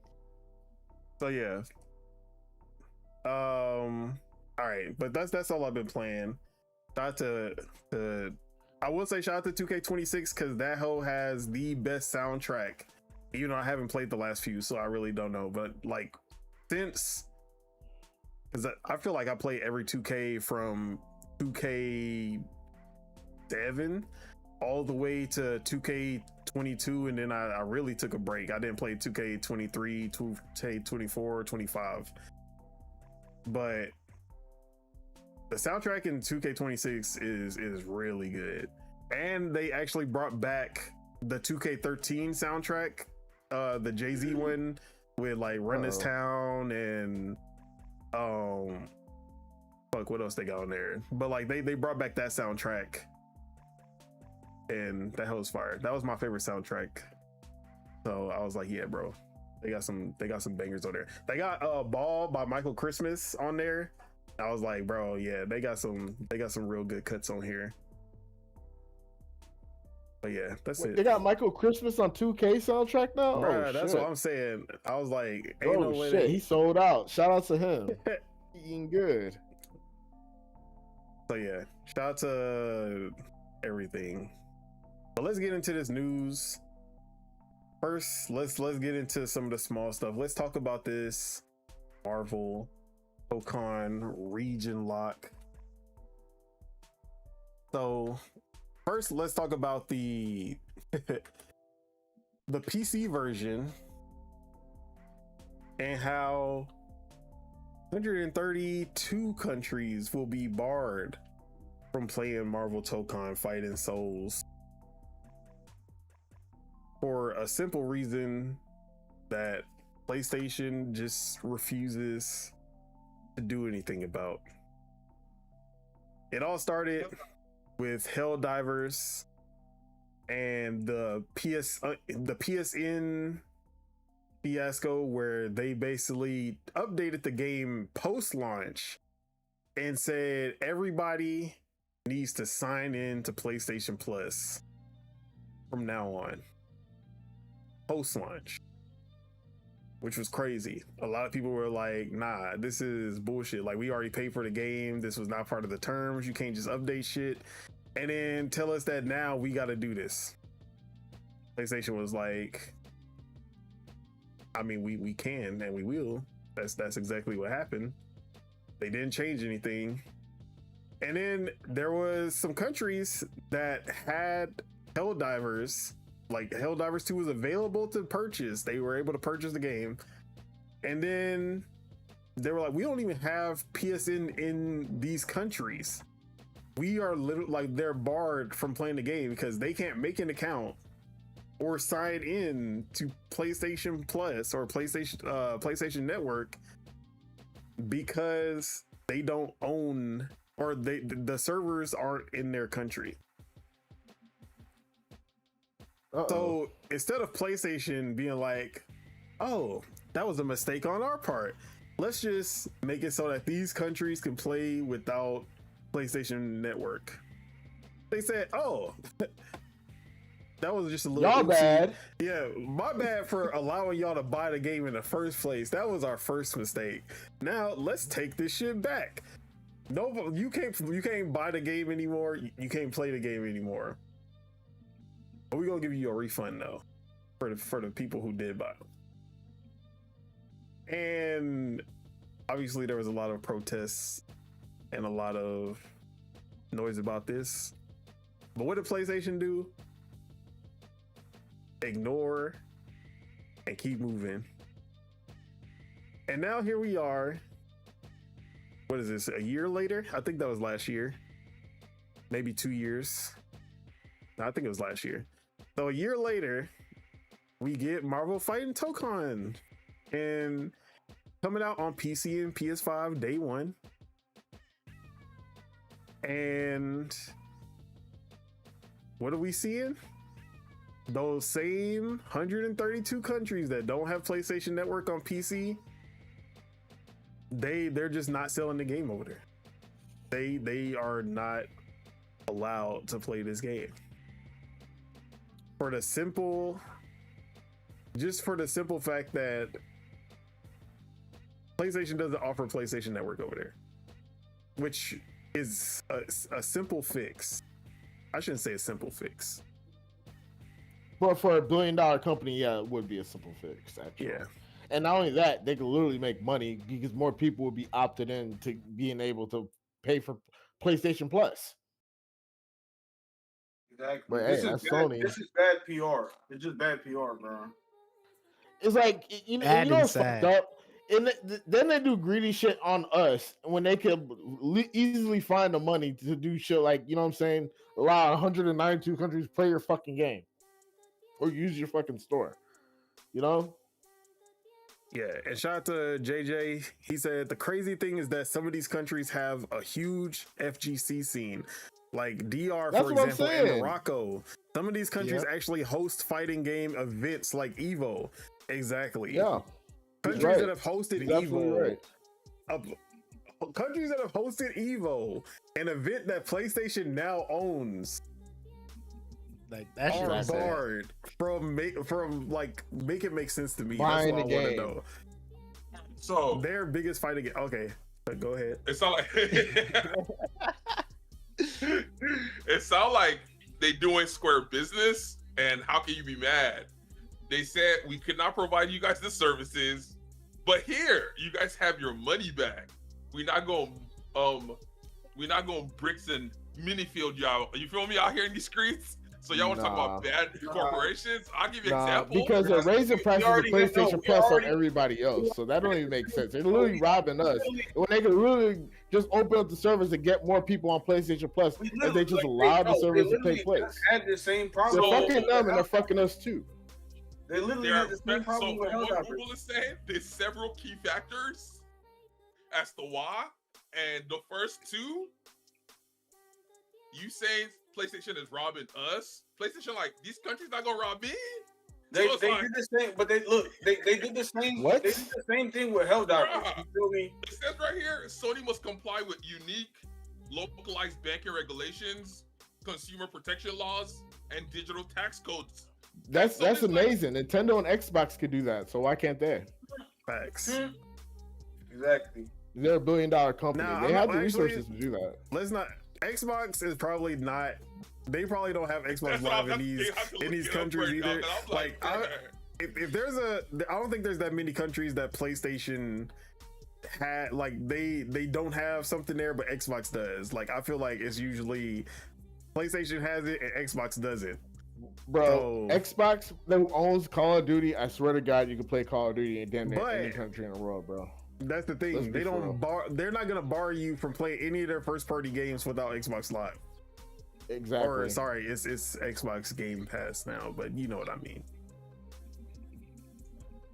The reason is right there. You know, it kind of makes sense to me. Oh, we're gonna have Killer Instinct, but y'all can't play it in Estonia. Like, what the fuck? They're telling you, don't be mad at me. Be mad at your government.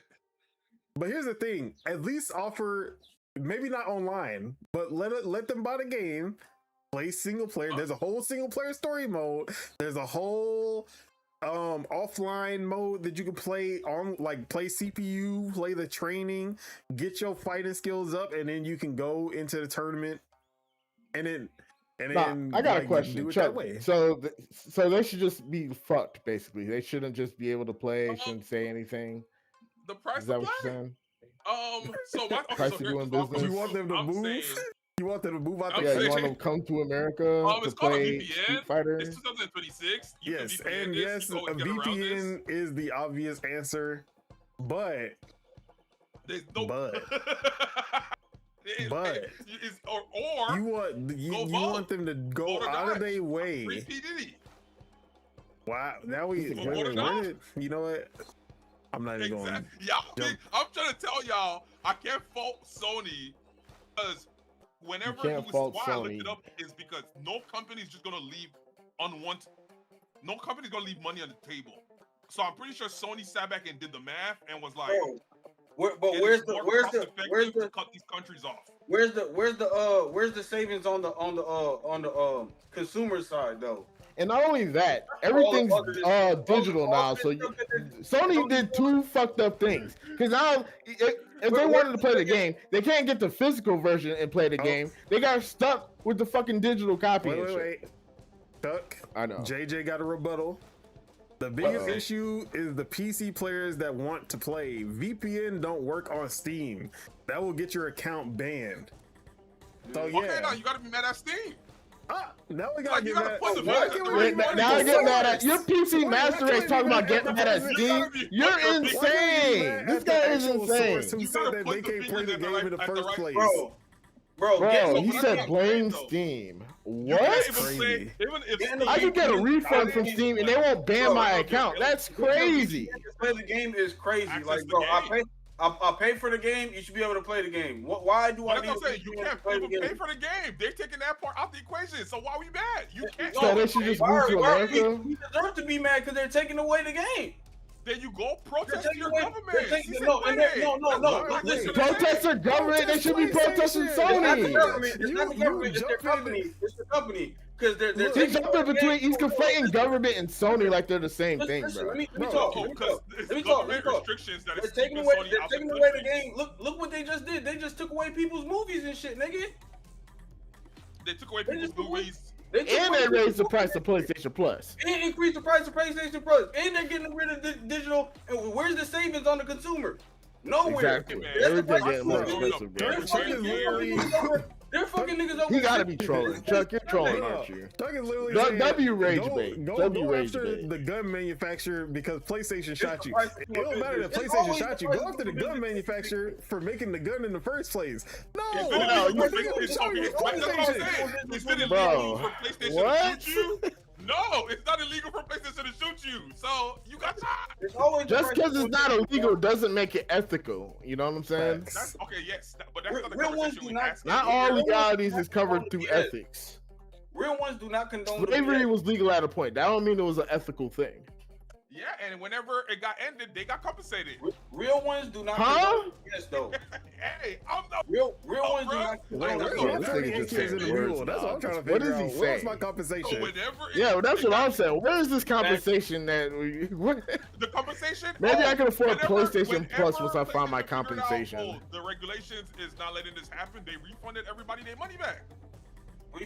So no one was left. Everyone was left whole.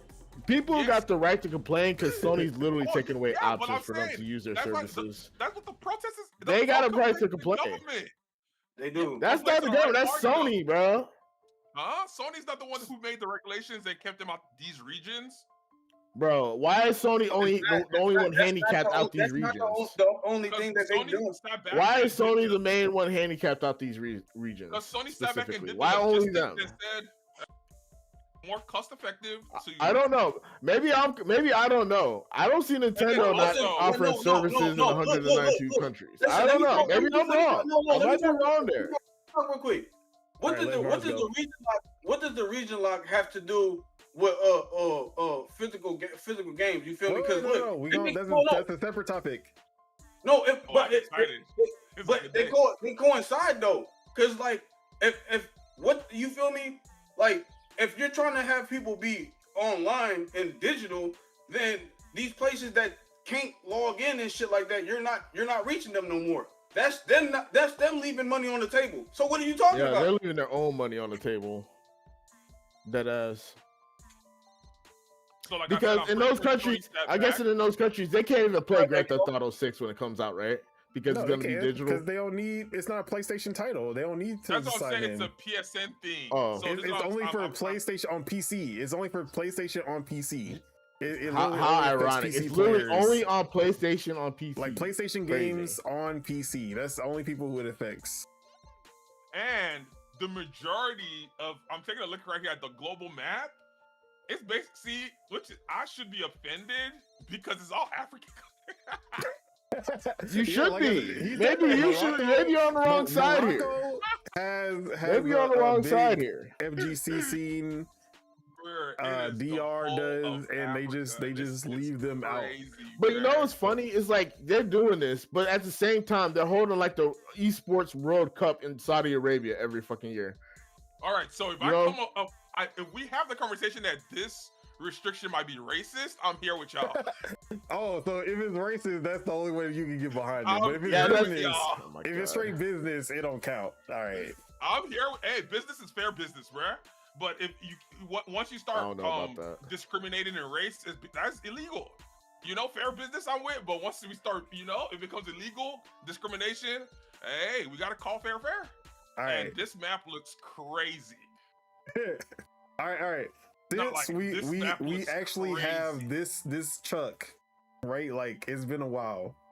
Let's just go straight to the PlayStation disc fiasco, the physical fiasco. So let's get down to it. PlayStation saw all this negative Xbox news about studios closing down and 5,000 layoffs and all types of shit, and they were like, "Ooh, we got some bad news we can get off our chest real quick." And no, like they gonna be too focused on Xbox for them to care. And they just put out a tweet and just said important update on PS5 physical discs. And then they were just like, yeah, starting in January 2028, we are ending production of all physical discs for PlayStation. And that includes the PS6 going forward, but also any PlayStation 5 games that release after 2028. And this caused a huge uproar. But the most surprising thing for me was that Xbox was not the first one to announce this, and that PlayStation was. But to get into it, PlayStation is the sole provider. They are the sole manufacturer of PlayStation discs. They are the only one who manufactures PlayStation Blu-ray discs. Whereas Xbox has multiple third-party suppliers for discs. So they could bid on. If Xbox were to say, "Hey, we will not be making any discs," let's say like limited run games, or what's the other one that I forgot? There's a couple who do their own like discs and physical versions, and they put out. Wait, Don, I got a question. Yes. So all the people that were crying about Nintendo Game Keys, where y'all at? Well, we gonna get it. Y'all at? Let me finish. No, I want to. We need a list. Let me finish I'm checking my list and checking it twice. Right, let me finish the setup, and then we gonna talk about it. All right. So, yeah, Xbox has multiple manufacturers for this. So even if they say we don't want to make physical, but if they give us an option for physical media, like a disc drive or anything like that, even if it's like an attachable, they're like those manufacturers can still make Xbox discs, and third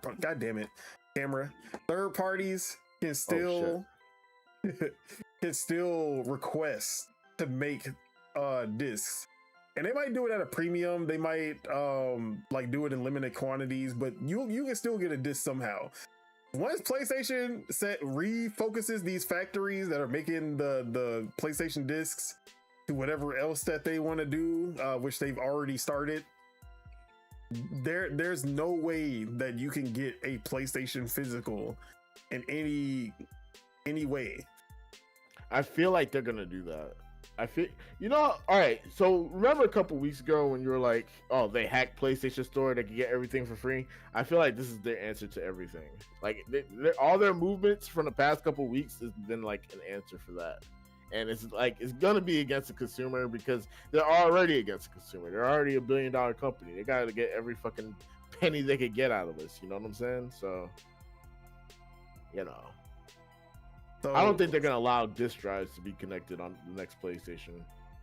I don't think that Star Wars Renegade was putting in work. They ain't like that. They ain't like that at all, man. They did not like that at all. Let's start with how are we feeling about PlayStation ending production of physical starting January 2028. Obviously, gotta go to Chuck first. So the app that I just seen right now I'm still kind of like shocked. So I don't know how I feel about PlayStation right now. I feel a little betrayed. So it might be biased what I'm about to say moving forward for PlayStation, because this is a crazy map. This is crazy, bruh. But I've been advocate for going digital since Xbox announced it and everyone got upset. The Xbox One original launch 2013. Exactly. So I'm not upset at Sony going down that way. The less consumer waste we have on planet Earth, the better. And digital, I feel like, is the way. So, and in the long run, if we've all agreed that we're going to digital, but we're not getting any price decrease for going to digital. So Sony is like, hey, this is a win-win for us. We don't have to spend money on any physical items, and we're still going to be getting the same bag or even more because game prices went up. More. So exactly. So I'm like, hey, it's a good business plan. We're just going to ease it out. Digital service also.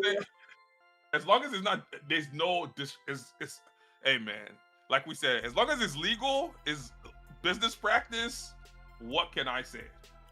Hey, can I go next? Yeah, I want to hear it. You want to hear it? Like I do. All right, so I'm like the exact opposite of all that, obviously. And it's so bad. Like PlayStation stock, ever since they made these changes, everything's been dropping.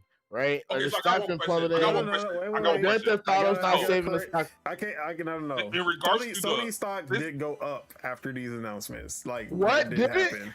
It went up. Bro, like that's what happens, bro. Like that's what I'm saying. It's good for business, bro. Look, it doesn't matter, man. Because at the end of the day, right? Like, so my only there's a movement about this, so it's a big deal. Like, people aren't just gonna give up their physical games all willy nilly, man. It's still gonna be 30 frames. All right, so from the environmental standpoint, is there an argument there? No, because I buy a lot of physical things that end up in landfills. That's my whole point. You part of the problem. That's my whole point. But see, no. You act like I just literally throw my games away. Like, dude, like if I literally give my games away if I do have a physical game or sell it to like fucking GameStop or something. Like you think I'm done with this game? Throw it in trash. Get to landfill. That's the final destination. The disc will end up getting scratched at some point. That's gonna be the final. You can have it digitally. Bro, like that argument is like we shouldn't buy books because they end up in landfills. That doesn't make fucking sense. Save the trees. Bro, like, electricity is just as bad as cutting down trees. What's the difference? I believe the electricity generated uses fucking diesel half the fucking time and shit. I believe that shit is still petroleum waste. And I believe waste is waste. It's gonna be waste regardless of what you're doing. I believe there's a way to recycle everything. Their purpose is to soak up the carbon. I believe there's a way to recycle everything. So, hey, are we soaking up carbon if we're emitting diesel carbon dioxide emissions and shit? Okay, so the current situation, or you add more trees to the current situation, what's the better planet? Should we not make houses because they use trees? We have new building material. This is what I'm saying. Like the book, we're not using it anymore. We have better technology. We got ready to recycle and everything. What do we do? What are we doing better for if we're going to keep doing the exact same? I ain't gonna lie. The corporations are the ones fucking up the planet more than the individuals. I ain't gonna lie. No, for sure. But now the corporation is saying, "Hey, no more digital games." The corporation is saying, right though, man. Like me buying a game that comes with a poster and a physical copy is nothing compared to like fucking. In the grand scheme of things, a lot of things. You know what I'm saying? Yeah, but now we're only having this argument. This argument didn't exist 15 years ago when people were literally buying physical games. Nobody was like, "Oh, you're hurting the environment by buying this 64 cartridge." Nobody ever thought that. Yeah, because everybody was. It's almost like it's like some like fucking vegan Nazi shit, man. Y'all are crazy. Like I'm gonna buy my physical shit. I don't care. If I smoke a cigarette and I'm emitting fucking carbon monoxide. Look, that's what I'm doing. Hey, fuck it. I'd rather do that than smoke a vape. You know? Something's getting put into the atmosphere regardless. I'd rather fight for the consumer than capitulate to the corporation. That's my only, like I said, that's my only argument. Okay. Morris, go ahead. How are we feeling about the potential death of physical? Starting with PlayStation. I know how I feel. If there's no physical, hey, like it's the lack of having the option. It's like, bro, like and them not giving the consumers the discount that they deserve for not having that option anymore. They're saving on the money, but what about us? You're still going up on the price. So I ain't trying to hear any of that other bullshit talking about. Yeah, it's good for business, bad for the consumers. Funny. You feel me? Like, bro, yesterday's price. That's the price of doing business. Hey, you're eating twice over. You feel me? Like, bro. And then all like it's just making me want to say, you know what? Fuck AAA titles, bro. Like fuck AAA. Bro, it's been that way. It's been that way, bro. Indie, like support. They got so much marketing. Even though they're digital too, but their prices are understandable. You feel me? Shout out to Mecha Chameleon, $5.99. Bro, for Half Sword, I forgot how much, but I need to buy it. $29.99. It's like 20. Oh my god, the fucking thing fell on his head and he died. Anything else you wanted to add, Morris? Just on how you feeling about the physical. I pretty much said what I had to say earlier. Like, you feel me? Before we even got into this shit, like, so. All right, Bitta, I actually don't know how you feel, but how you feel about PlayStation ending physical? See, me personally, I don't buy physical games. I buy digital games. So it's not gonna really bother me, but I feel sorry for the people that actually buy physical games. The hoarders. I like when I watch somebody stream or somebody post and you see their background is just a rows and columns of just vanity. I tell ya. Like that shit is actually live. It's like that's what they want to do. That's what they want to do. You feel me? It's like when you see pictures and when you see like people streaming, they have like just a whole bunch of games and like they got the consoles and shit. Like the old, like I was like that shit. I wish I kept some of my shit. I get that same feeling when I go check someone's Steam account and it show you. That's what I'm like. It's levels. You don't to check this, people's bruh. Steam accounts. I swear, I'm telling you. I remember I had a whole conversation with Don right now when I went to go look at how many games he had. And yeah, like, you just looked on that. What you call? You're not looking every time, like compared to bro, like it's levels, bro. I'm telling you, it's levels compared to like somebody seeing that. But anyway, like I said though, it doesn't really do nothing for me because I'm digital. But I feel sorry for the physical people, the ones that really care about it, not the fake ones. We gonna get into them fakers.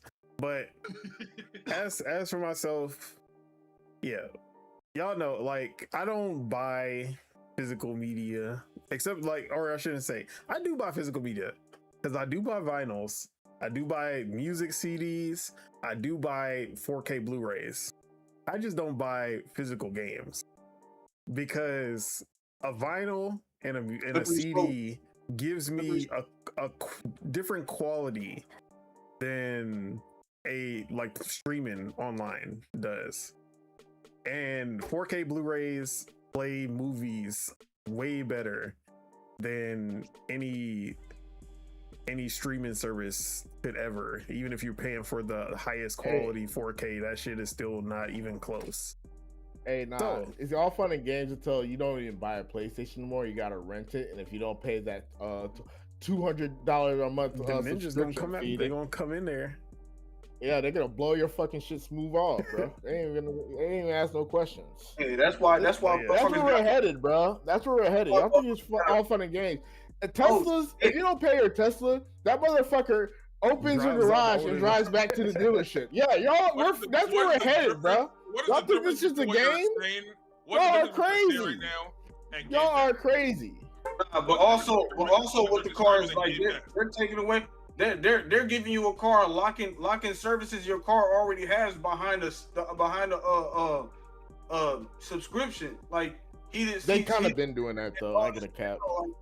If it's in the car, unlock that bitch. Unlock that motherfucker. Like that's why I believe in surfing the 7 seas. You feel me? Hey. But yeah, shout out to Luffy, man. For me, on a surface level, this does not affect me. But that's really on a surface level when you think about it, because I mean, I don't have a PlayStation, so this really doesn't affect me because I don't even know if I plan on ever getting another PlayStation. Like, they would have to really do something crazy for me to even consider the PS6. But if I were a PlayStation fan, or if we're talking about Xbox, because I feel like this is kind of inevitable that this is going to be an Xbox announcement soon also. So I just said it out loud. Ignore me. So when it comes down to it, on a surface level, like, yeah, I don't buy physical games, so this ending does not really affect me directly, but it does indirectly affect me if this were to happen with Xbox, because, or I can't even say that anymore because this is literally only a PlayStation problem, but I'm just gonna act like I'm a PlayStation fan and I'm the person who's buying digital games on PlayStation. So unlike Xbox and Nintendo, the only place that you can buy a digital PlayStation game is on the PlayStation Store. You can't go to CD Keys, you can't go to Newegg or any of these other sites that are always giving deals for keys, for digital keys of games, because PlayStation has made it that they don't distribute keys to any third parties ever, and they're being sued for that actively. Like they are literally in an active lawsuit that has been going on for years because of this. And that's the price of doing business. So Get that ass. They're the only ones out of the three. Nintendo was like that for a while, but they started giving keys to places like Humble, who you can get Nintendo games off a Humble bundle. So they are distributing their Nintendo games over to other third parties. PlayStation's the only one now. All right, now once you start seeing the price of PlayStation games on the PlayStation Store versus like just going on Amazon and seeing the discounts that they're giving on the physical copies, that's where the story starts to unfold as to why you really do not want PlayStation running the only way to buy their games. If you thought Nintendo was bad when it comes to sales and discounts, at the very least, you can find second. Try it. Do not even. It's death to Nintendo. Yes. Hell nah, they are. They're the worst. Yes. I see what you're trying to do there. Yes. Let me finish this. If you thought it was bad with the sales and discounts, PlayStation took the same chapter from Nintendo's book. Drop the sword. They took that chapter out of Nintendo's book and they saw the PS5. They were like, why aren't we doing this too? Why are we discounting our games more than 20%? We just losing money. But at least the third, like, you could always go to Amazon, get it half off with the disc. You could always get more of a discount if you just go somewhere else. Now it's gonna be the only place. From Reddit specifically. Yeah, now this is gonna be the only place that you can buy it. God of War Ragnarok's lowest price on the PSN, which is a game that came out in 2022, is $49.99. The game came out $69.99. So $20 off is the most that you're getting. See, I'm staying out of this one because I know Nintendo. Wait, what game was that? Nintendo is looking at that shit laughing. How much for the physical? And physical has gone down. Like, it was literally $30 when this announcement came out on Amazon. So $10 cheaper? No, not 39, 30. Oh. 29 or 30. It was like 30.87. It was something like that. Anyways. No, but with physical games, they've already made their money. Of course. But the retailers get to dictate the price to the consumer. That's what they don't want. But why? It's their game. You're not gonna I wouldn't let a third party dictate my prices. Bro, if I can control it. They already kind of do. When it comes to physical games, that's just how shit works. It's like a car. You drive a car off the lot. You already sold the game to the distributor or to the retailer. Yeah, that's what I'm saying. You made your money. With physical, so it makes sense. That's what I'm saying. But with digital, if I can control digital pricing, keep that. Physical, they already paid for that physical copy. Whatever they're choosing to do to sell it to you, that's their problem. That is not my problem. It's my problem. My priority. PlayStation just made it their problem by not selling it to them. Exactly. Oh yeah, I'm gonna control it. I ain't gonna lie. GameStop is. Oh my god. We gonna talk about the GameStop thing also. What happened with GameStop? What the fuck are they as much as everybody, if I'm a corporation, there's no physical games. I'm gonna try to keep as much control in my power as Consoles possible. And controllers and Funko Pops. So it's like I get what everyone else is saying, but so you why saying does no one ever want to look at it from less options to the consumers instead of more options? Yes. Why does everyone want to act like that? Doesn't sound very free market. Monopoly. That doesn't sound like free market. I'm in the free market. The free market is not free. That's the lesson I'm learning right now. So it's like if you tell me free market is free, you're living in the illusion, and you're the only ones in there. But the free what? I have to break it to you. The free market is not free.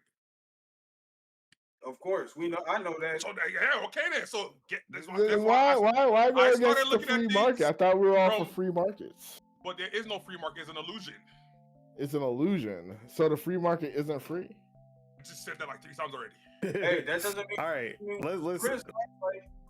All right, so let me finish. So yeah, as like I said, it doesn't directly affect me, but it's gonna affect me in the long run, because at this basically it's just gonna end up with PlayStation dictating their prices, which is gonna be higher than ever now because there's no competition. They don't have to worry about a retailer undercutting them. They don't have to worry about, like, if you want the game, this is gonna be the only place that you can get it, and it's gonna be the only price that you can get it at. So it is what it is at that point. That's literally how it's gonna end up being. It's a free market is when Sony blows up your fucking PlayStation 6 because you didn't pay your $80 subscription. Now that's free market, baby. See, here's another. Oh wait, sorry, what were you about to say? Who, me? Yeah, you. All I said was that sensationalism. What TJ doing right there? I ain't gonna lie. Is it? Because it seems like the trends that PlayStation's following now is gonna lead straight to that. But maybe I'm wrong. Sony be moving like Apple, and Apple be moving like Sony, bro. They might as well. Sony moving like Tesla. It's cute how y'all don't see otherwise, but you know what? Hey, they might as well say the PS6 finna come with that Israel chip. Oh man, we're not going there. Not on this show. Our shit's about to get blown smooth off, 50-50. Guys. All right. Wait, first, before I start, let me finish. Let me read this from JJ. He said, "Who's really gonna buy a PS6? No disc drive, probably $1,000 plus. You might as well get a PC. What can they add to a console that will make it innovative?" As someone who doesn't, as someone who is the PC master race and doesn't really care about consoles that much, what does the PS6 need to do to make it worth it? They don't have to do nothing but say it's a PlayStation. The PlayStation machine. It's inevitable. The PlayStation people, they just let the controller blow air. You want it to be a Steam machine, but with PlayStation. Controller that's all. That's the only way everybody's going. It's PlayStation machine. That bitch gonna cost $1,500. Exactly. So we're just gonna move on to who got the best console PC. That bitch gonna cost $2,500, bro. Nah, I think TJ had it right. The sick game they playing with the bro, they call me crazy. They'll never call me wrong. Like the sick game they're playing with the parts, the pricing they play right now with memory and all the parts. That's gonna be the factor for the console PCs moving forward. Yeah, who can have the cheapest price point? I think PlayStation is going to have the cheapest outside of Nintendo, obviously. But when it comes down to it, PlayStation is going to stick with the closed ecosystem. They're not doing open ecosystem like Xbox is doing. And I don't blame them. TJ hit it right on the head. Like they gonna name it PlayStation. And then that's all it takes, bro. And then the dick eaters are just gonna eat dick like, oh my god, greatest console. They didn't do anything, but they're gonna buy it because it's fucking PlayStation. Just like the iPhone people, just like the all the the Tesla people. They don't think, they just see shiny new thing and buy it. You know the Long Beach Griffey skit that he does every single year when a new iPhone is released, and he just redoes his same iPhone video that he first did and just overdubs and adds the new iPhone on top of it, and then like he just keeps reusing that same video. We need that for the PS6. Like that's exactly what it's gonna be, bro. I'm telling you, they're gonna make $1 billion off some half-assed bullshit. Right. Even the PlayStation 5. Look how the PlayStation 5 was like, handled and received when it first dropped. It had no fucking games. It was almost unattainable for damn near a fucking year.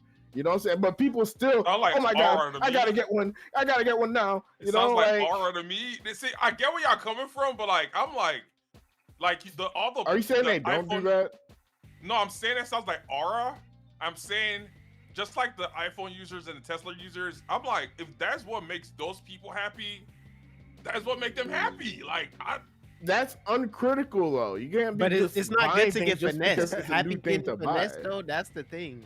If you, I can't Like, feel bad for the people getting scammed. Like, I 'cause get they where you're fucking coming from, Chuck, but it's dumbasses. like you're just getting finessed just because it who's just has getting finessed? the Bro, people what's the that- difference between an the people iPhone that's 16 buying and the an same iPhone thing 17? that's not doing nothing. That's cannot But say if they're you happy, cannot say- if they're happy on the inside, then what?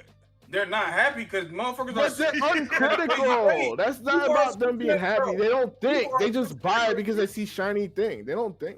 Okay, You know my how many point. people If it say- brings them, I get where you're coming from. But PlayStation 5 barely had games when it came out, but people still bought it, and people were still scalping, and people made it hard to fucking find because they know PlayStation people will buy whatever the fuck. There were people buying PlayStation 5s when it first dropped for like $800. Exactly. On eBay because there was nowhere else to buy them shits at. Everybody was flexing their PlayStation picture. And Bro. happy. Bro, He doesn't see the issue. That's the issue. He's not catching the issue. That's the issue More right about there. our society than it says about the actual Yeah. product. That's all. like the Apple shit. That's what I'm saying. Like they're just gonna buy. They're not gonna think. They're gonna buy. They're uncritical buyers, bro. Like the Apple Okay, shit. so are you mad at Sony or are you mad at the buyers? I'm not mad. I don't care. I just know that the sheep are gonna buy sheep. Obviously, they do it every fucking year. Like the Apple shit. I know sheep behavior. Like the Apple shit. Sorry. You could be mad at both. Like you don't have to just be mad at one. You can be mad at both. I'm not mad at either. I just know the sheep are gonna sheep every time. Bro, like the Apple shit, bro. We've been telling these dumbass motherfuckers stop buying this shit. Like, you feel me? They took away the aux. You feel me? It's not like you're not buying the iPhone every year. You're waiting a couple years before the next iPhone. Nah, but there's some people that buy the iPhone every year. There's people that literally do that. I know. shit. I'm talking about Chuck though. No, I'm talking about Chuck. I know Chuck doesn't. No, buy but the sheep iPhone life every matter year. too, though. Oh man. No, they don't. Not in my eyes. Not in my eyes. They don't. They don't matter to me. They do. No, they do because they deserve to. They matter to PlayStation stocking investors, holders and shit, but they don't matter to me. They deserve to get a good product. They deserve to get a good service just like we deserve to get. You're paying for the good in service. You should get the good in service, and it should be a good service. You feel me, like, bro? Oh man. All right, let's pause. Let me read these comments from Stu Jersey. So PS6 will be amazing. Get your tears ready. All right, he's not bad. He's not bad. He's just yelling because he's passionate. Yeah, we always yelling because that's what I'm trying to tell. Like, that's it, man. Like, I get where y'all coming from, but I'm like, who are you? Like, PlayStation is servicing their people. All right, wait. They're finessing their people. All right, I taking away movies and physical discs. They're servicing their people. Yeah, I just want to ask you, Tucky Guazy, customer. Oh my God, Hey, never again. I don't know who that is. Named them. Yeah, I don't know who that is. Ugazi. Customer. Yerp. Customer. All right. Hi there, guys. Hi, Hassan, Pluto TV gamer Terrell. Welcome. What's up? How's it going? All right. You are a consumer, not you're not the corporation. Consumer. Okay. All right. You have the choice for a company to actually deliver a better product than what they usually do. Okay. But because all the other consumers who do not care are just buying and giving them money for the bare minimum, would you not want to change the consumer around you so that you have a chance to get a better product? All right, so it depends on what POV I'm viewing it on. Cause yes, I could be from the perspective of basically screaming at a wall, basically like, aren't you guys seeing what's currently going on right now? Which is, I get, but, or I could see it from a perspective of, like he said, the sheep are gonna sheep. It's a given. There's nothing that can be done about it, which is like why I say yelling at a wall. So there are people who are out here, they're like, man, the corporation is gonna do what the corporation is gonna do, and I have the freedom to do what I want to do. That's why it's PC Master Racer, because they're the ones that are gonna do what needs to be done. Like, they're gonna figure it out themselves. They're gonna build it themselves. they're not gonna wait on a corporation to put it together and slap a sticker on it and then sell it. That's like, is what perspective do you fall behind? And I'm like, hey, I can't be mad at Sony. Corporation lives matter. I can't be mad at the sheep. Sheep life matter. So it's like, hey. You should be. You can. No, that's why you're uncritical.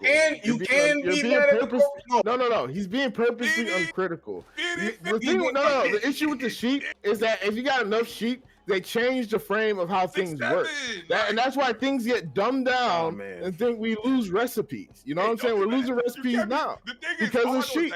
And then the sheep are like, oh, it's not going to affect me. I don't care. And then the thing get worse, progressively worse from there. That's why we got these third-person games for PlayStation, because PlayStation knows the sheep like these little Nathan Drake games. They like playing fucking action adventure shooter game that they're probably gonna play once and never again. They use this console to play YouTube or whatever the fuck. They don't care. But we lose recipes in the process. We lose recipes in the process when things like that happen. You don't pay attention and give voice to that. You pay attention. You give voice to the indie creators that are actually out here doing it. For the real, that's not like, I get where you're coming from, but like that is not the monopoly. There's options out here, which is why I'm like, all right. Is a monopoly. That's literally the biggest sellers that PlayStation sell. All their games are action. Worried about their that's what I'm saying. That shapes how they do business. You're a business guy. How do you not understand that when the majority of people do a thing, that the business change? How are you not understanding that? Hey, there are people out here eating zebra meat. Remember when GTA 5 had DLC? Let me finish. Remember when GTA 5 had all these story mode DLCs in the work, but then they saw how much money they made off of GTA Online, and they scrapped all of it, and then they just started making more content for GTA Online. And then me, the story mode guy who did not care about GTA Online, got completely shafted by Rockstar because of the people who were just eating up the bare minimum GTA Online content. Slop. Yeah. But then the people like me, the onliners, we were here happy. But then, but you see how it changes the business. It literally changes the business. Yeah, and I feel like that's the reason why we ended up getting on Warzone. Exactly. Like people don't. Hey, if you do the math, you do the math. This is what I'm saying. Like multiplayer became Warzone king, definitely came because of Fortnite, because of PUBG. That changed the development. They were not working on Warzone. It changed the business. Actually, we should work on Warzone, or actually, it was Blackout first. I ain't gonna lie. But I'm like, hey man, innovation is innovation. All companies do is steal from each other, man. What innovation? The innovation comes from the indies, and then it's gonna come out. But then the AAAs just keep on copy and pasting.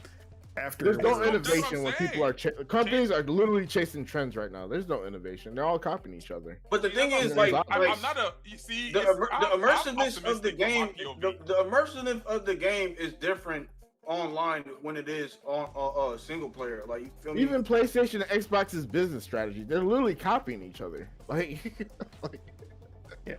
All right, let me read these comments. Shout out to Hassan Pluto TV Gamer Terrell. Said today is 7-Eleven store birthday. Hey, shout out to my favorite July 11, 7-Eleven. Shout out to 7-Eleven. Go get you a Slurpee. A giant I don't know Slurpee, or a 2-day-old hot dog. Yeah, get that 2-day-old hot dog. Get that old crusty pizza. You already know. And then shout out to Stu. He says Sony just needs some fire games. Been lacking a bit. If you look at the PS4 era and you look at this era, it ain't a bit, it's bro. Sad. It don't even compare, bro. And it's that need that third person greatness back. You know what? I hope every PlayStation game that come out in the future is a first person. I hope they just go completely first person from here on. They say, you know what? People love first person games. I hope that's the new trend. Actually, just straight real-time strategy games. Let's get that. I need PlayStation to do anything but a third-person game. I feel like they're suffering from a lack of imagination, bro. Like, no. You know what the real suffering is? They suffering from them chasing the live service, from chasing trends and following a live service. Trends, bro. and telling everyone, hey, go make a third-person game, and then saying, yeah, this third-person game ain't enough. I can't believe you would do this, and then closing them down afterwards. Instead of setting the trend, it's lack of imagination. But no, when you follow trends, you literally strip innovation because you're not trying to like make nothing new. You're just trying to make something that makes the most money as quickly as possible before you close down the servers. Which is hard as fuck to do. Yeah. Hey, it actually takes brain cells to make something new and original. Like it don't take no brain cells. That's all I gotta say, man. Shout out to Splatoon, because when Nintendo chased the trend, it hit different. Bruh.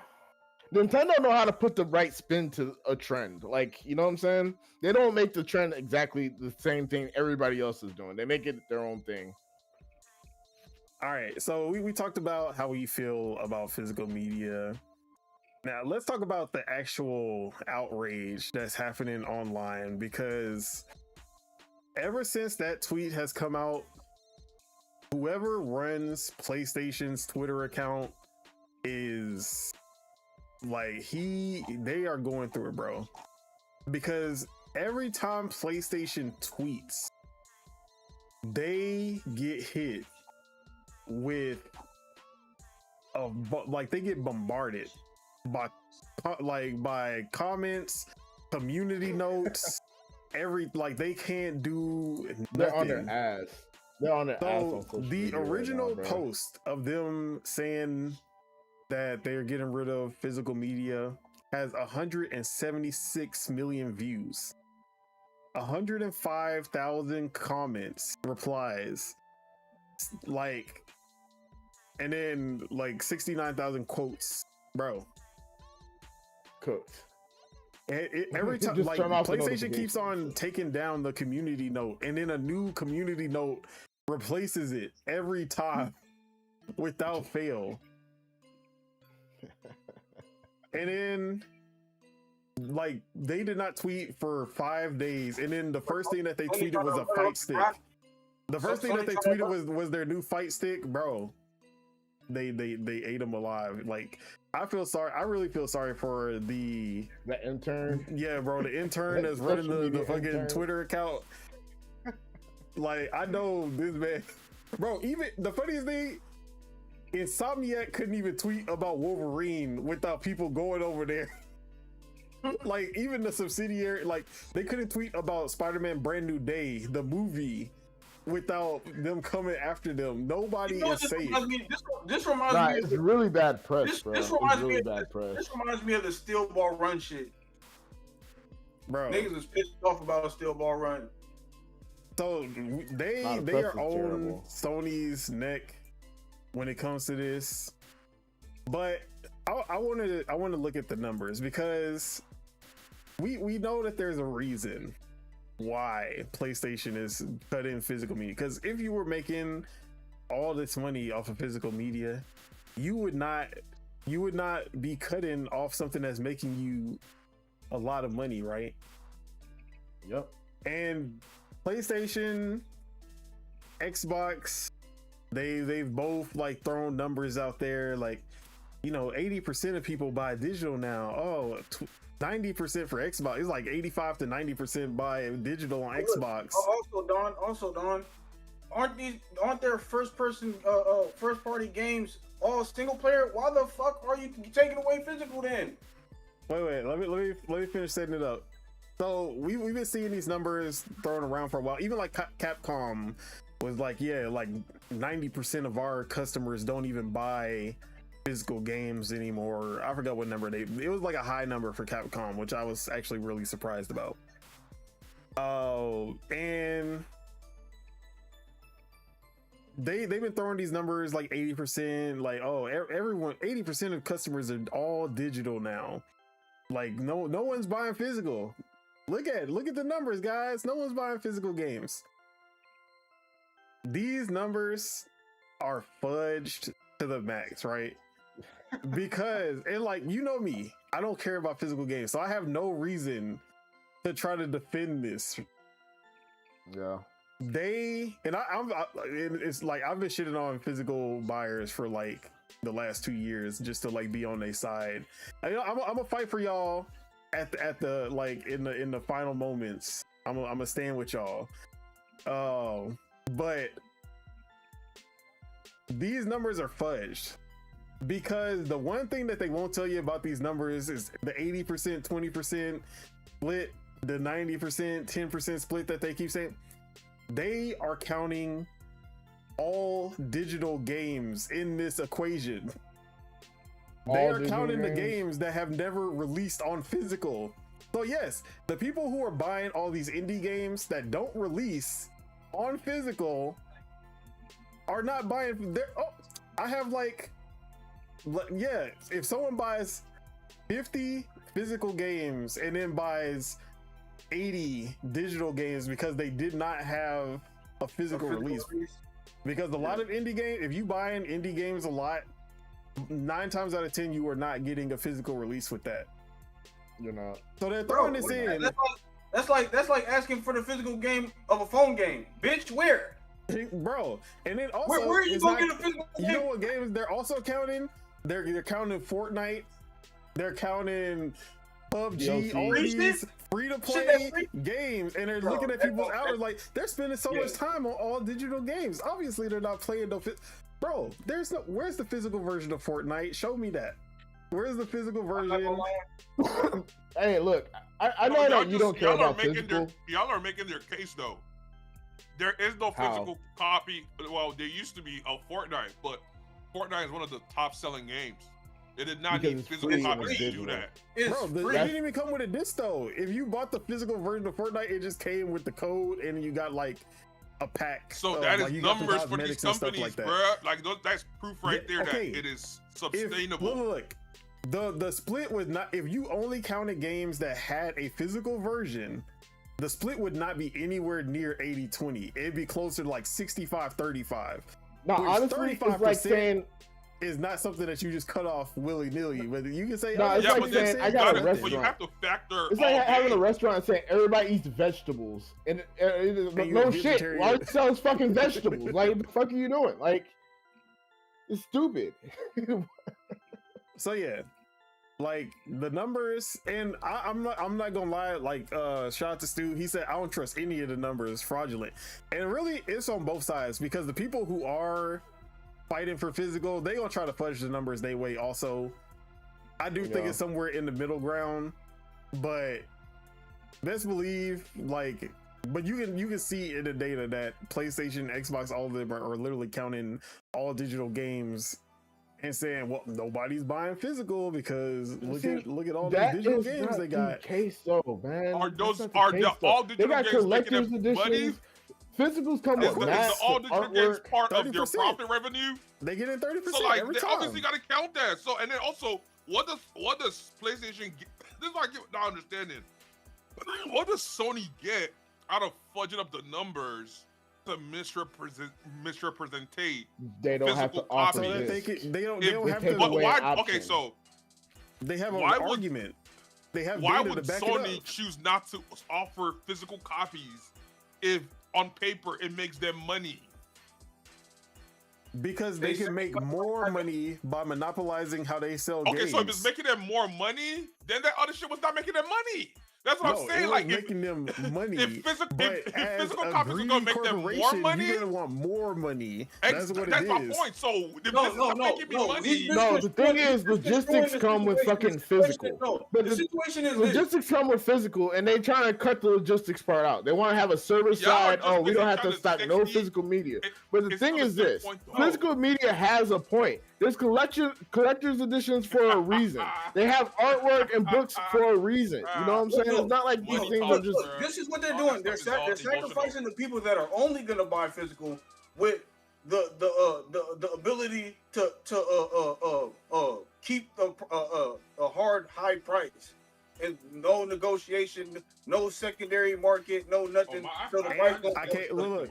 Another thing, I can't sell my digital game to games. I can't sell my digital game and get my money back. I can't do none of that. That's what they really want. Oh, they want to control how you own and operate. That don't exist anymore. We don't want that. This is literally the Xbox One launch in 2013. But really though, when was the last time anyone in here? This is what I'm saying. Everyone is saying this, but in the current climate, we still got it. When was the last time anyone bought a used physical game? I just I'm sitting here like, yeah. I did last year. Okay, I did last year, actually. When was last time you bought? Wait, you got no physical. Shut your ass up. 35%, but there's, or sorry, we are the 65%. There's still 35% of people out there who are though. There's physicals I'm interested in buying now. I'm interested in. Shout out to Lord Metroid. Shout out to Sue Bagels. All of them buy physical games if they can. Like 9 times out of 10. Out of everybody you named was Sue Bagel. No, and New Jersey and and that guy, yes, Lord Metroid, and the shout out to our newest member, Ghost Son. He in there too. Shout out to him. He also buys under review physical games. So Chuck, that's just you. Where the physical sheet? Let us buy a sheep on our physical copy. Where the physical sheet? Let us buy. The last I like artwork. I like to see a physical copy. Shout out to JJ. I just bought the JJ. You're the minority here, Chuck. You're the minority here. You just don't even know. I'm the minority. You're the minority. In this situation, you are. Say otherwise. None of us buy physical because we all like we flock together. We have similar interests. So yeah, none of us buy physical. The numbers say otherwise. I buy physical. There's physicals I'm interested in buying now. Like that's the craziest part. The other part is the shit that we do got digital. I'm gonna get smashed on physical for sure. Like the fuck. Look. I don't want to have to go online to play the fucking game. I want it physical. The fuck. Regardless if the game is physical or digital. I saw Stu Star Fox. We share all our games all the time anyway, so they're losing out on us sharing the game regardless. Yeah. Like, when you got a digital game, you have to be online to play it. That is already like if you lose power, like let's say your internet cuts out, you can't even play your fucking game.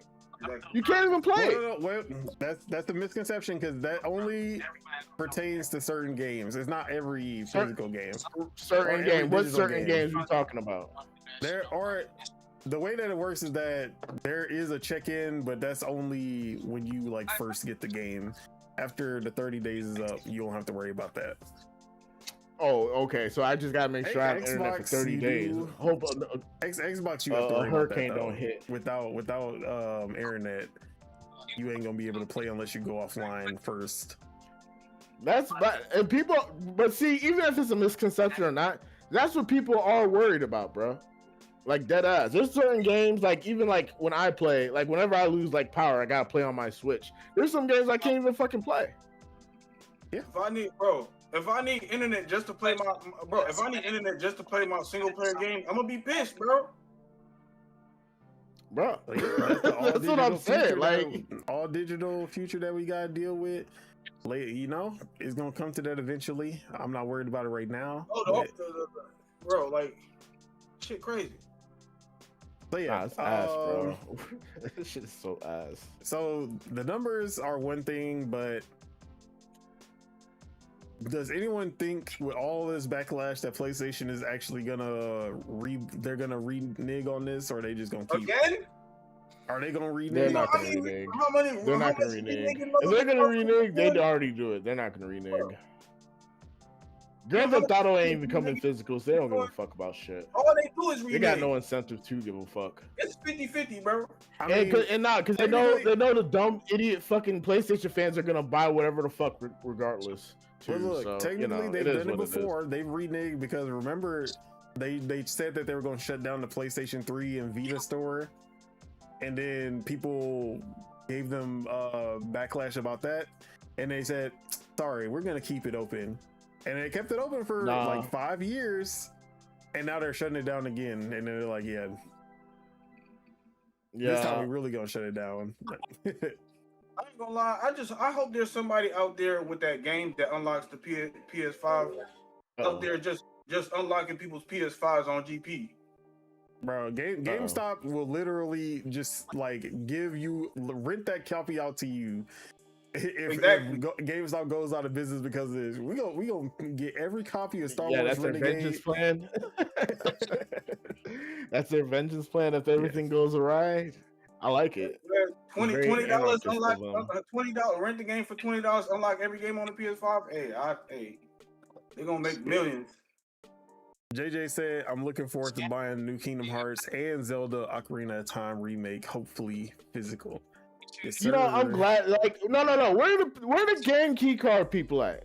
All right, yeah. Let's talk about the game key card situation, because I do feel like now people are looking over at Nintendo's game key cards, and I feel like I was a little harsh. Yeah, we're very harsh. Where y'all at? Cause y'all awfully quiet, and I don't like that. Y'all are loud before. Y'all are loud as fuck before. Y'all awfully quiet now. I stay mad at this shit. Fuck. Niggas trying to tell me, hey, I stay mad. At the very least, with a game key card, you can still have retailers dictating how they want to price the game. You can still trade it, sell it, buy it secondhand. You can still have all of those options. And then, at the very least, if servers go down, you let your friend borrow. You don't have to worry about the servers, because you can download it from the key card. You don't got to worry about it, or not like install it, but like if the servers go down, you still own that copy with the physical key card as long as you have that. I was arguing with somebody, and they were trying to say that Nintendo game key cards are DRM because you have to have it inside of the Switch 2 to play the game. And I was like, that is every cartridge or disc ever made. What are you talking about? And he was like, if you have to, and then he said, he doubled down and said, if you have to put something into the console, that is DRM. I'm like, bro, so we've been doing this since the Atari, like since the Fairchild, like the DRM has existed this whole time. Nobody knew. Bro, people are crazy online, bro. People be talking just to talk, bro. They're emotional and don't got nothing to say. They just go off of vibes and feelings. So let's move on, because we went long on this one. Anything else, bro? Exactly. Game Boy Color DRM. Anything else y'all want to add before we move to the Xbox layoffs? Hey, Sony, I'm glad I checked off the Sony ship a long time ago, man. Good luck. Yeah. You ain't getting no money from me. Low key, we got off that shit on PS2. Like we got a PS4, but that was second hand from so like, you feel me? Like, I will say digital games. What if your account? And that's another thing. You can lose your whole account with digital games, bro. Your whole library. The last physical game I bought was on the PS4, which was Call of Duty, Modern Warfare remake. Like literally the last physical game niggas bought. Yeah, bro. That's another thing with digital games. You lose your account, you're cooked. Exactly. Or if Nintendo or PlayStation decide, oh, you're a bad boy today, you're cooked. You're done. Like, and then that whole library that you got. There's no refunding. You can't get that shit back. Don't forget that PlayStation updated their terms and services so that. Go ahead. Hop on your account and get you banned, or your little brother hop on your account and get you banned. Now all your shit is gone and you can't do shit about it. Look, don't forget that PlayStation just updated their terms and services so that if you go MIA and don't use your PlayStation Network for 5 years, 3 years, one of those. I think it's 3 years actually. They just gonna get rid of your account, and then all your games gonna just be gone because you didn't use your PlayStation account for 3 years. Safe, consumer friendly practices we're seeing. But you know, thank you, my PlayStation. PS4 games are just sitting on the shelves. Don't have to worry about that. My favorite corporate overlord, Sony. So I just gotta say one more thing, and then we can move on. The media immediately, like as soon as this news came out, not even 24 hours, they were like, reports say that Xbox is also going to get rid of digital games also, or they're getting rid of physical games also. They made it about Xbox so fast. But here's the difference. When Xbox goes all digital, they're going to give you the option to take all of your physical games and turn them into digital games. And you can still trade the physical games afterwards. Because we talked about this before. We didn't know if like the physical game was just going to be dead afterwards. We got a new update that after you turn your physical game into a digital copy, you can give somebody that physical game, and then the key will just move over to their Xbox now once they put that disc in. So you can still trade it. You can still give it to someone else. You can still sell it. It's not a dead copy after that. You put the disc in, download the game, take it out. You could play the game, whatever, without the disc in, so you don't scratch the disc up. And you just have it on your shelf and all that. Whenever you're done with it, then whenever you're done with it, do whatever with it. Give it to somebody. And like you can sell it to GameStop and still be playing that game until somebody buys it. Because it's not until they put the disc in. Well, I guess GameStop usually checks the disc, so I guess that would. But basically, it would be the not same only thing that, as a GameCube card. the Helix is going to be an open platform where you can download Steam. If you don't like Xbox's pricing, you can download GOG, Epic Games, Ubisoft Connect, EA Play, everything under the sun. If Xbox is overcharging, you have so many options. With PlayStation, you will not get those options. That's the last thing I want to say. So, and some people saying that's the price of doing business, cuz. That's the price of doing business, cuz. So yeah, let's get over to Xbox because we gotta talk about them boys too. All right, we talked about the rumors that were popping up before, and it was Xbox closing down Compulsion Games, Xbox closing down Ninja Theory right after they revealed the new Senua game.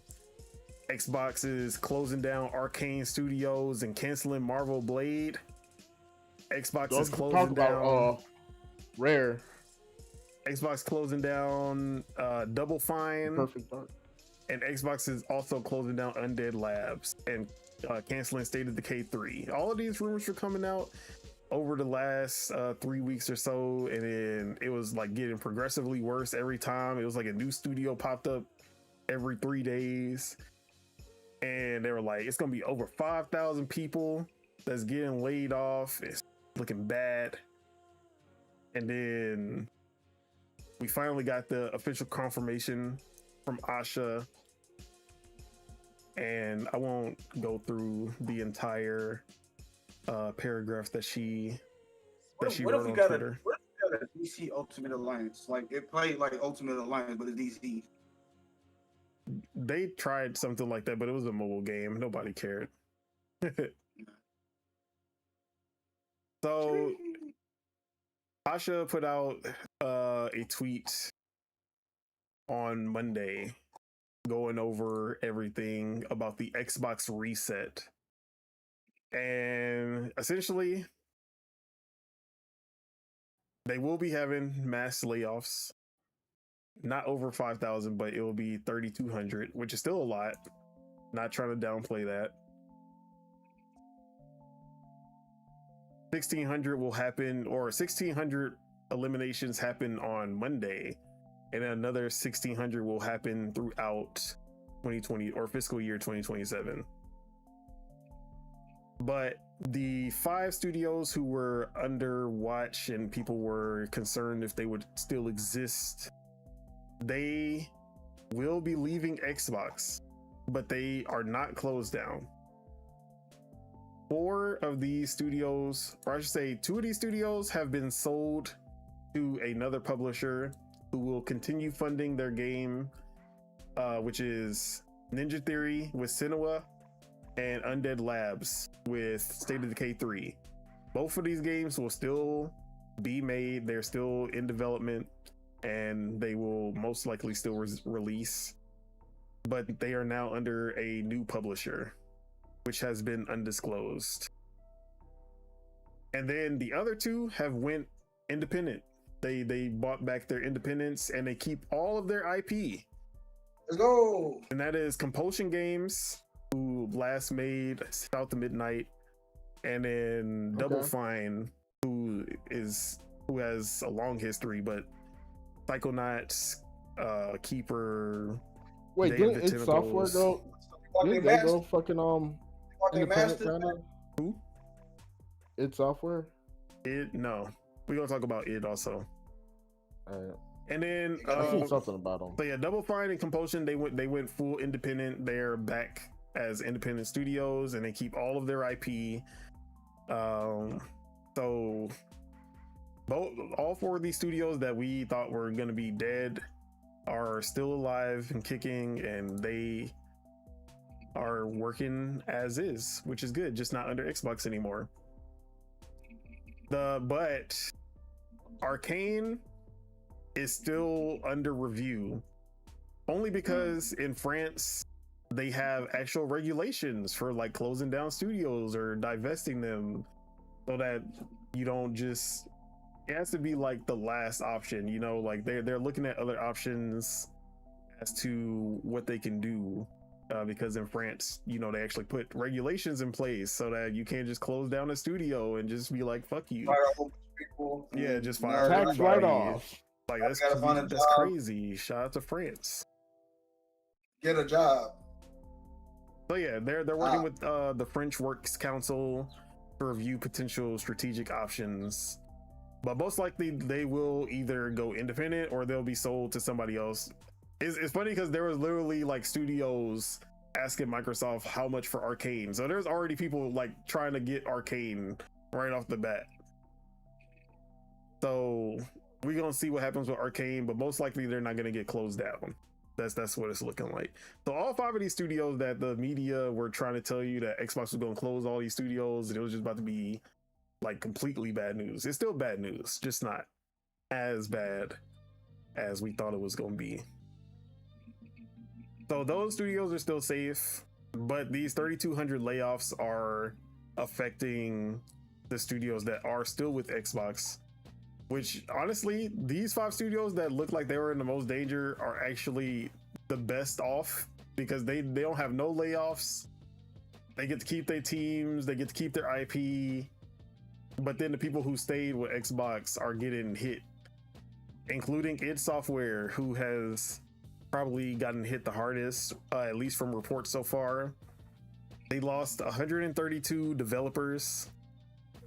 And here's the thing about, bro, games journalism is not actual journalism. Like, we need to make it. It's marketing now. Games journalism is not real life, because they will report on literally anything with no kind, like they'll have the littlest piece of evidence and they'll just run with it.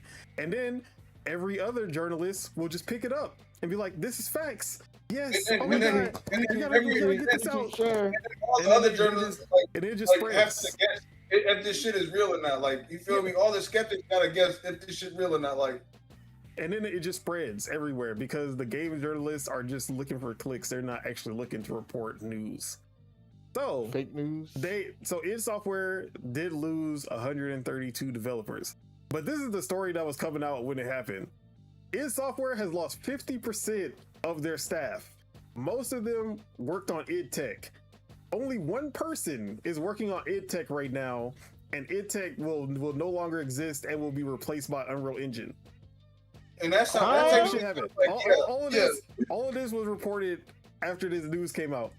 And guess what? Not even close. First off, they have way more employees than what people were actually reporting. The 132 that were cut was like 25% of their staff, not 50. But it was also like, it was spread across. It was not only the id Tech team. And then id Software actually put out a statement saying like, we still have people working on id Tech, and id Tech is still important. We will not be switching to Unreal. id Tech will still be the future. And it's not even like, id Software also had id Tech people in Machine Games who made the Indiana Jones game, because Machine Games also has people working on id Tech.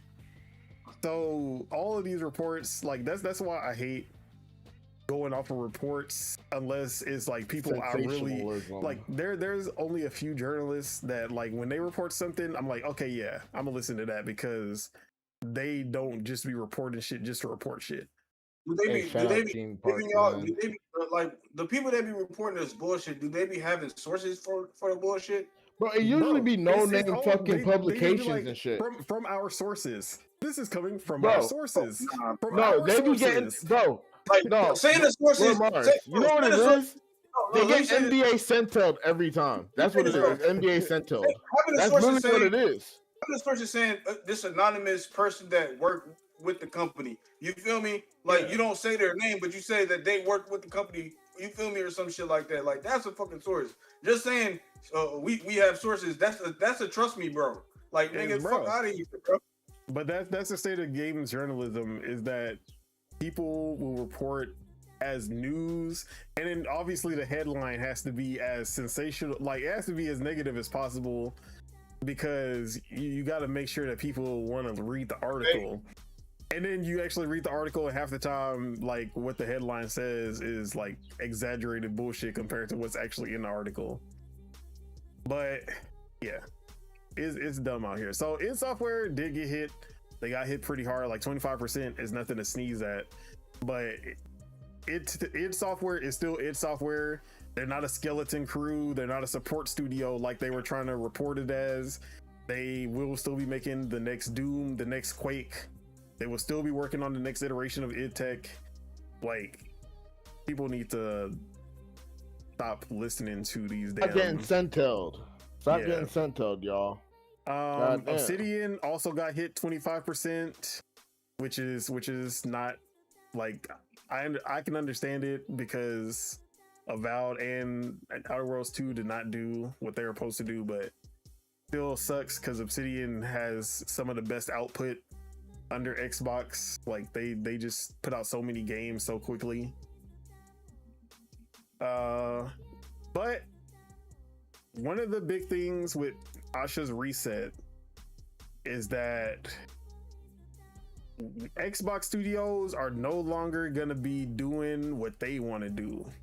From now on, they are doing what Asha wants to do. And what Asha wants to do is what Phil wants to do, things that the gamers wanted to do. So, you know how we've been getting the hi-fi rushes, the groundeds, the Keeper, the Kilns, the South of Midnights, all of those, like the passion projects.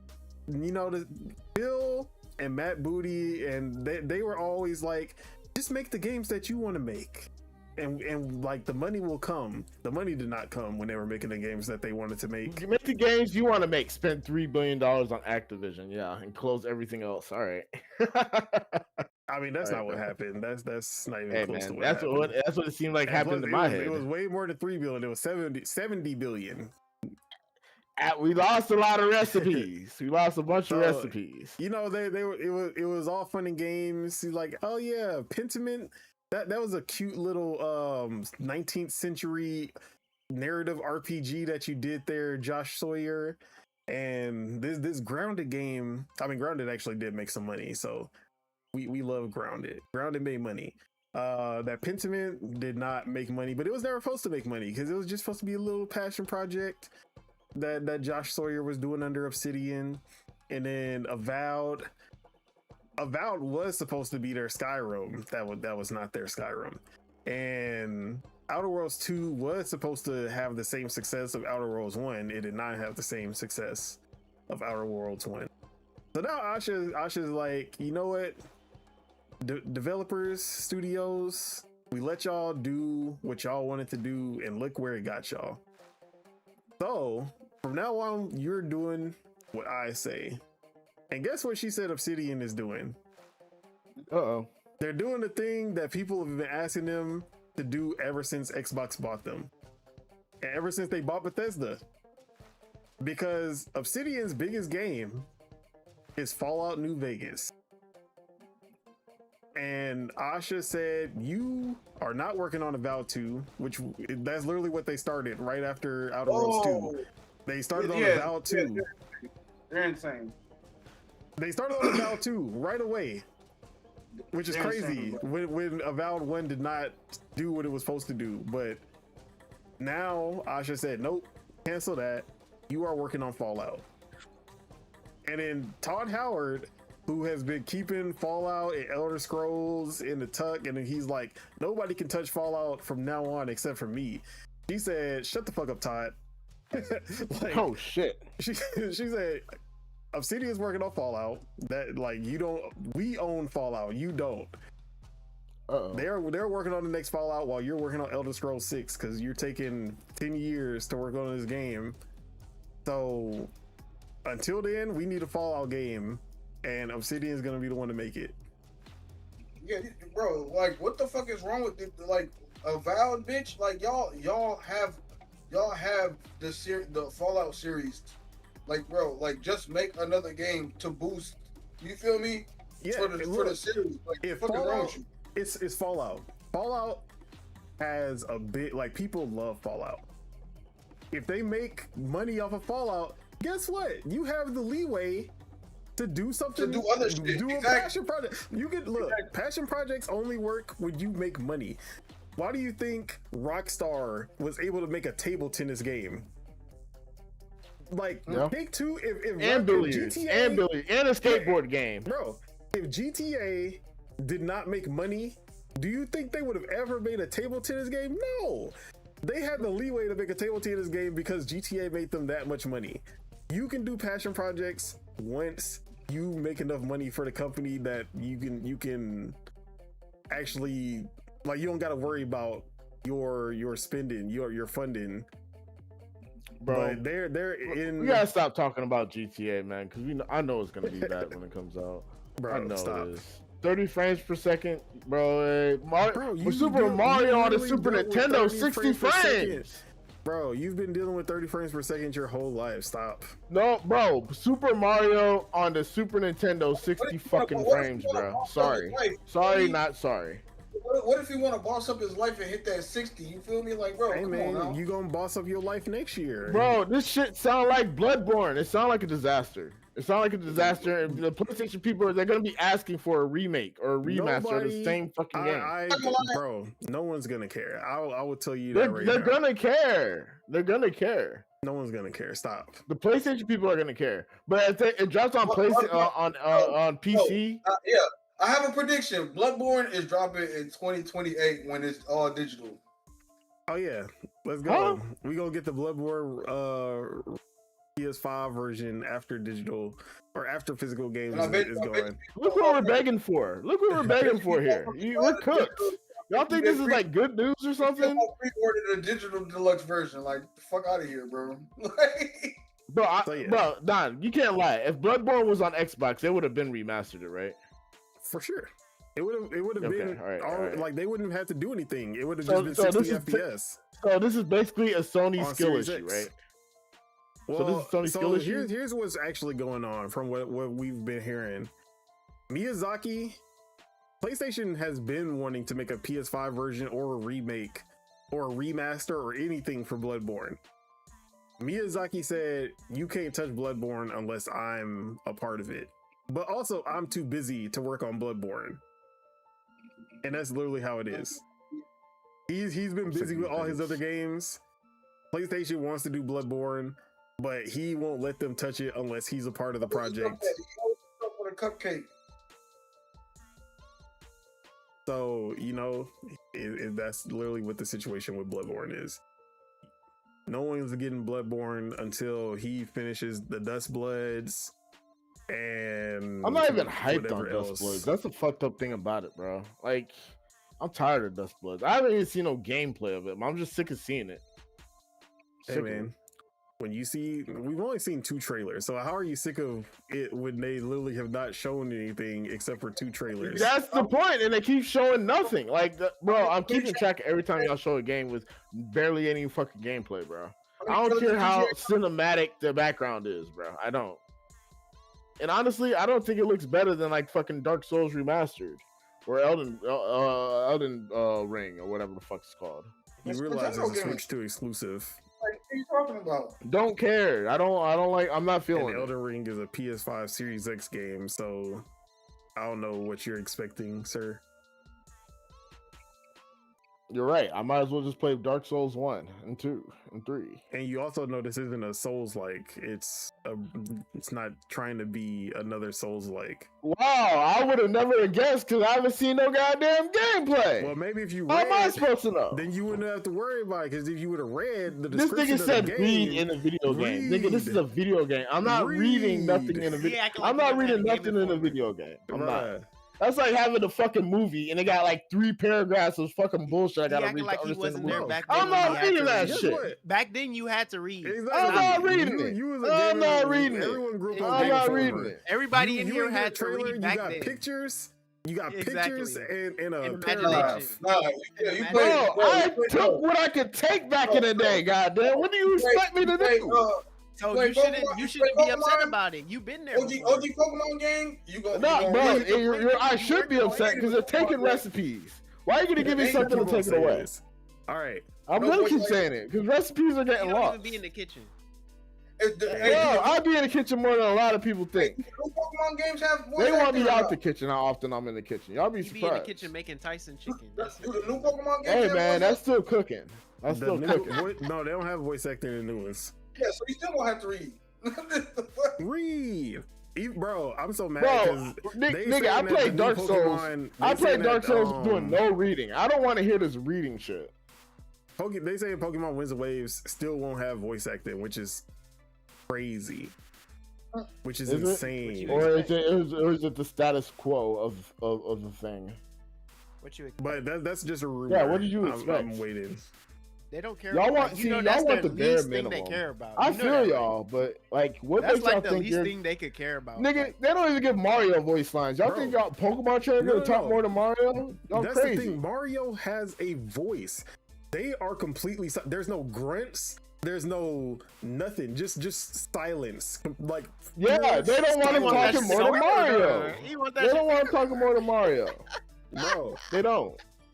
The Pokemon say more than the actual trainers do. The Pokemon have more dialogue than the trainers. That's all because nobody cares about the trainers. The trainers are half the part of the we just started caring about the trainers when they started giving them fits. Stop. Man. We don't care about the We've been caring about the trainers since Red and Blue. We were caring about Gary, our rival. We were like I said, you only cared about the rivals. You never cared. You cared about your sole person. The sole person that is you. Team you Rocket never guy, cared. Giovanni. You cared about Giovanni. You cared about Professor Oak. In what game? What game did they start giving out you can wear fits? That was like X and Y. You know. Exactly. It's a slow, what you call, to getting them to talk. It's a slow finesse, because it's way too slow. Look, they're doing a whole graphics overhaul. We finally about to get a Pokemon game that actually looks like it's coming out in the generation that is coming out. Why? But just like because they know it, they don't care because they know whatever they do, y'all gonna buy it. Yes, look what happened to the port. All you gonna hear they should do it. Is the but that's the thing. If the consumer don't do nothing. Why? If you're getting money, I would take the little if you're the Pokemon, nah, Randy. If you're the one supplying the shit and you don't have to do nothing, you know you're gonna sit there. Just like at work, if you don't have to do nothing, you know you're gonna sit there. I feel so it's like I do, but that don't mean that it's right. Just because. Hey, I never said it was right. I never said it was right, but I know they don't give a fuck because they're not. Once you see Pokemon dropping this date, it's gonna get sold out. Like it's gonna get like.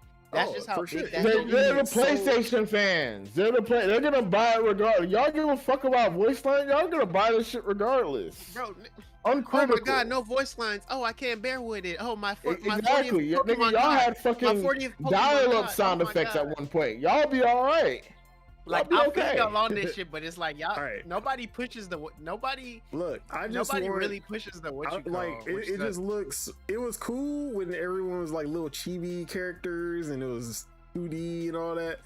But now we gonna have actual good looking graphics, and then you gonna have these well done cutscenes just for.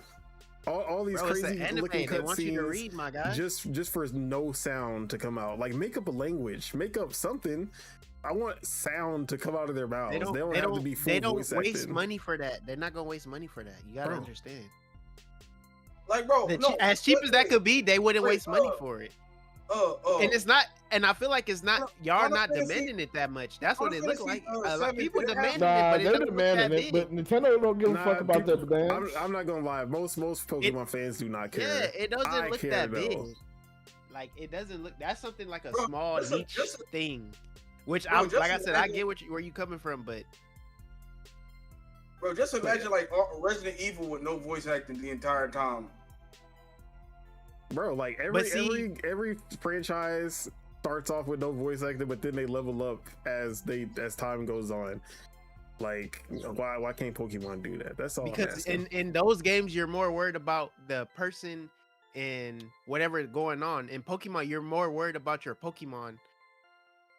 Just the Pokemon. You're more worried about just the Pokemon. Yes, the story. Yes, the Pokemon story is. The story keep getting better. Like the stories keep getting better. Yeah, that for sure. I'm not saying they don't, but I feel like most people don't care. I really feel like the norm, not. Oh, they scored. Well, I feel like with the voice most Pokemon fans, they do not care. They're gonna buy the new Pokemon. Even me, I like the last couple of stories that happened. Even though I just like fighting Pokemon, like I like fighting trainers and shit like that. I do like the story, so.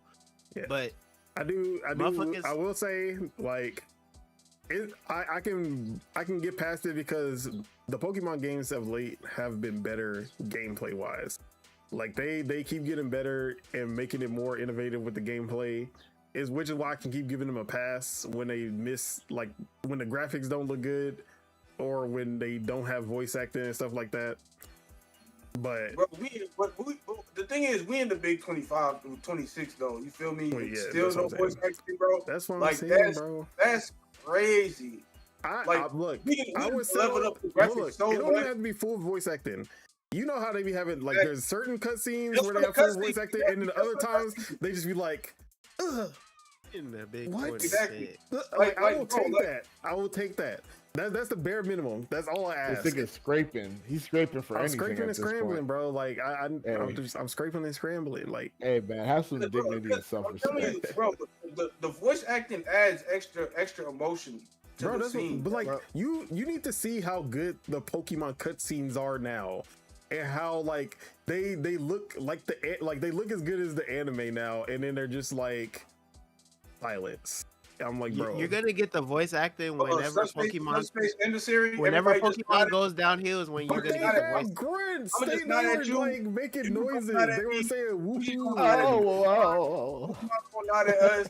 Everybody just nodding and shit. Yeah, like, bro, I'm telling you, they took that shit off to save bread. Y'all not understanding. Hey, it works, bro. Everything that Pokemon does is to save bread, which is crazy because they save money. More money than anybody. Like, for how long, bro? Y'all been making money. And they got a small monopoly on that shit. That Pokemon puts into a game, and then the amount of money that they make back, their profit margins are insane compared to anybody. You know the game that we compare Pokemon to is like what game can we compare it to? Shin Megami Tensei? Or Persona? Yeah. They got voice acting in them, huh? For sure. But back in the day, they did. Oh yeah, for sure. They were on Super Nintendo. Nothing has voice acting on Super Nintendo. Star Fox did. He said, that don't count. That's what y'all want. Y'all want that bullshit. That bullshit. Like, bro, I would literally take that. I would take the Star Fox do better, bro. Do better. Good luck. That shit ain't gonna do nothing for you. Look. Okay, this is the voice acting. Bro. The voice acting is when you push the button and it goes clink. That's the voice acting. All right, no, all right. But oh my god, yeah. y'all funny. Let me see. Let's get back to the Xbox. Let me see if there's anything else. Did y'all even talk about Black Ops? Oh, we didn't talk about Black Ops. Yeah, we were that was the one that we should have talked about because what's there to talk about? So bro, PlayStation people that was the whole game that been up for 30 years. It's literally the whole. So everyone's complaining about the loss of physical media and all of this, but then as soon as an all digital release of a game from 2010 comes to PlayStation, it shuts down the shop. it's literally broke the store, and became number Them one and number PlayStation two. people scrambling and scraping. Number one and number two on the store, right above GTA 6, which is crazy. I feel like new gamers really don't care about physical media. Bro, they don't. And that's the reality of the situation, is that it really is. Because they're born into that shit. Do not They're sexually conditioned. Like, we were born into physical. Most people now are born into digital. That's physical really is what it is. a nostalgic kind of thing. Like, it's like you're gonna only know physical if like your parents got physical shit. Like, and they put you on that physical shit. Yeah, they got put you. You gotta be cultured. If you don't have that, then you're just gonna be digital, because digital is just way simpler. It's way simpler for a little kid that they don't gotta worry about breaking shit and shit like that. Extremely poor, but they got a giant VHS library and shit. Like, yeah, you go, like physical stuff, like pretty much. Bro, we just picked up some like physical. Before 360, it's like we just picked up some VHS tapes. It's like a passed down thing. Like, bro, people are buying vinyls like now. Physical shit is like a passed down. Got lossless quality at first until like that shit is like a passed down shit, since everything's just been digital for only God knows when.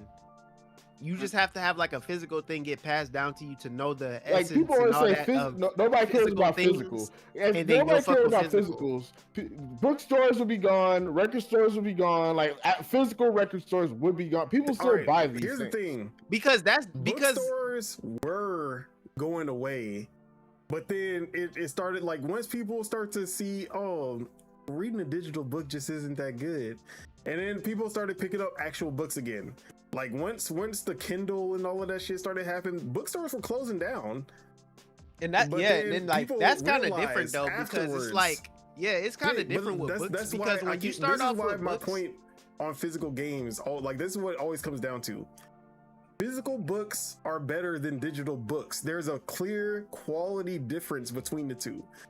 Physical movies, 4K Blu-rays, are way better quality than streaming a movie in 4K.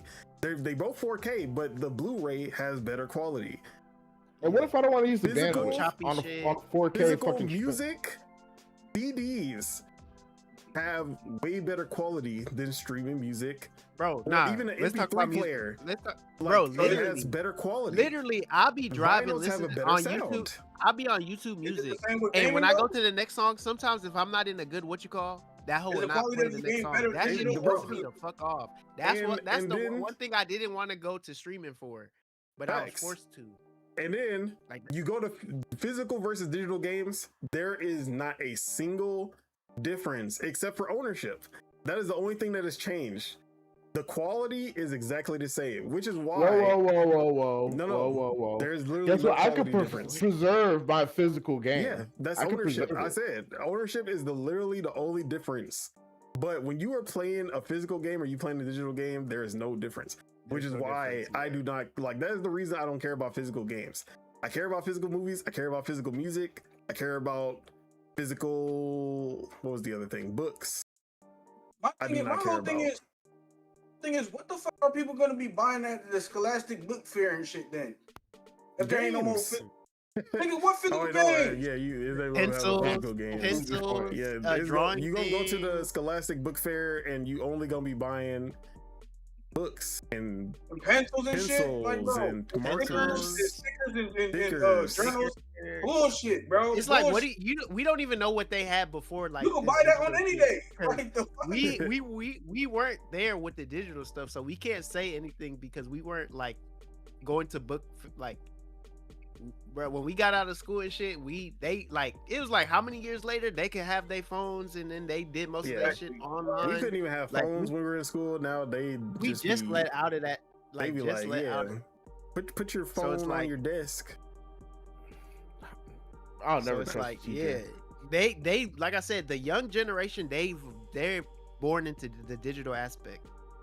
Most of the shit, like even like home appliances is like digital. Like niggas don't even know like how to use like the old stuff from back in the day, because everything is just turning digital. Recipe lost. Motherfuckers better learn how to fix that shit. They better learn how to fix that shit. So it's you know like, what that remind me of? You know how like they always talk about how anime back in the 80s and 90s look different than anime today? Yeah. It's because that one guy that made all the ink just died, and he kept it like a fucking industry secret, and nobody knew how to make colors ever again. That's crazy. Like recipe lost. It's just the people born in certain. It's like the people born in a certain, like the certain back then. They just have certain to, eras. it's like we got the good shit, and it's leaving us, and it's Bro, just I'm on acceptance. Twitter right now. It's literally just acceptance. I'm on Twitter right It's now. like Trending is boycott PlayStation, boycott Sony. Oh my god, they're so fucked. Bro, I'm pretty sure it's gonna be trending for a while. I don't think they gonna like. I thought that they was gonna only do that shit for a day. Nah, I think this gonna last longer. The than the funniest shit. Their first post was them posting that fucking stick, the fighting stick. That was that was 5 funny. days later, posted. Yeah, they got on their ass. They for that. posted that shit. Domino's. And I ain't gonna lie. I want to eat Domino's just because Domino's been on their ass. Like every day, Domino's is tweeting about PlayStation and physical. Like they keep on saying, "Which one is I like better? corporate on corporate digital violence. pizza I'm versus physical pizza? Which Oh, one do you want, It's my second type of favorite violence. bro?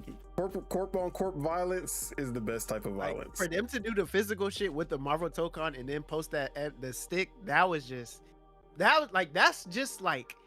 And then like the and then when Call of Duty dropped and everybody just flipped and shit, that is just like where you just see that Sony can do it. Like Sony is like everybody's like favorite rapper. They'll do the most foul shit and look the other way. Drake. They will do that. Like They'll look the other way when they do foul shit, and when they drop something new, they're the first ones to go like nothing happened.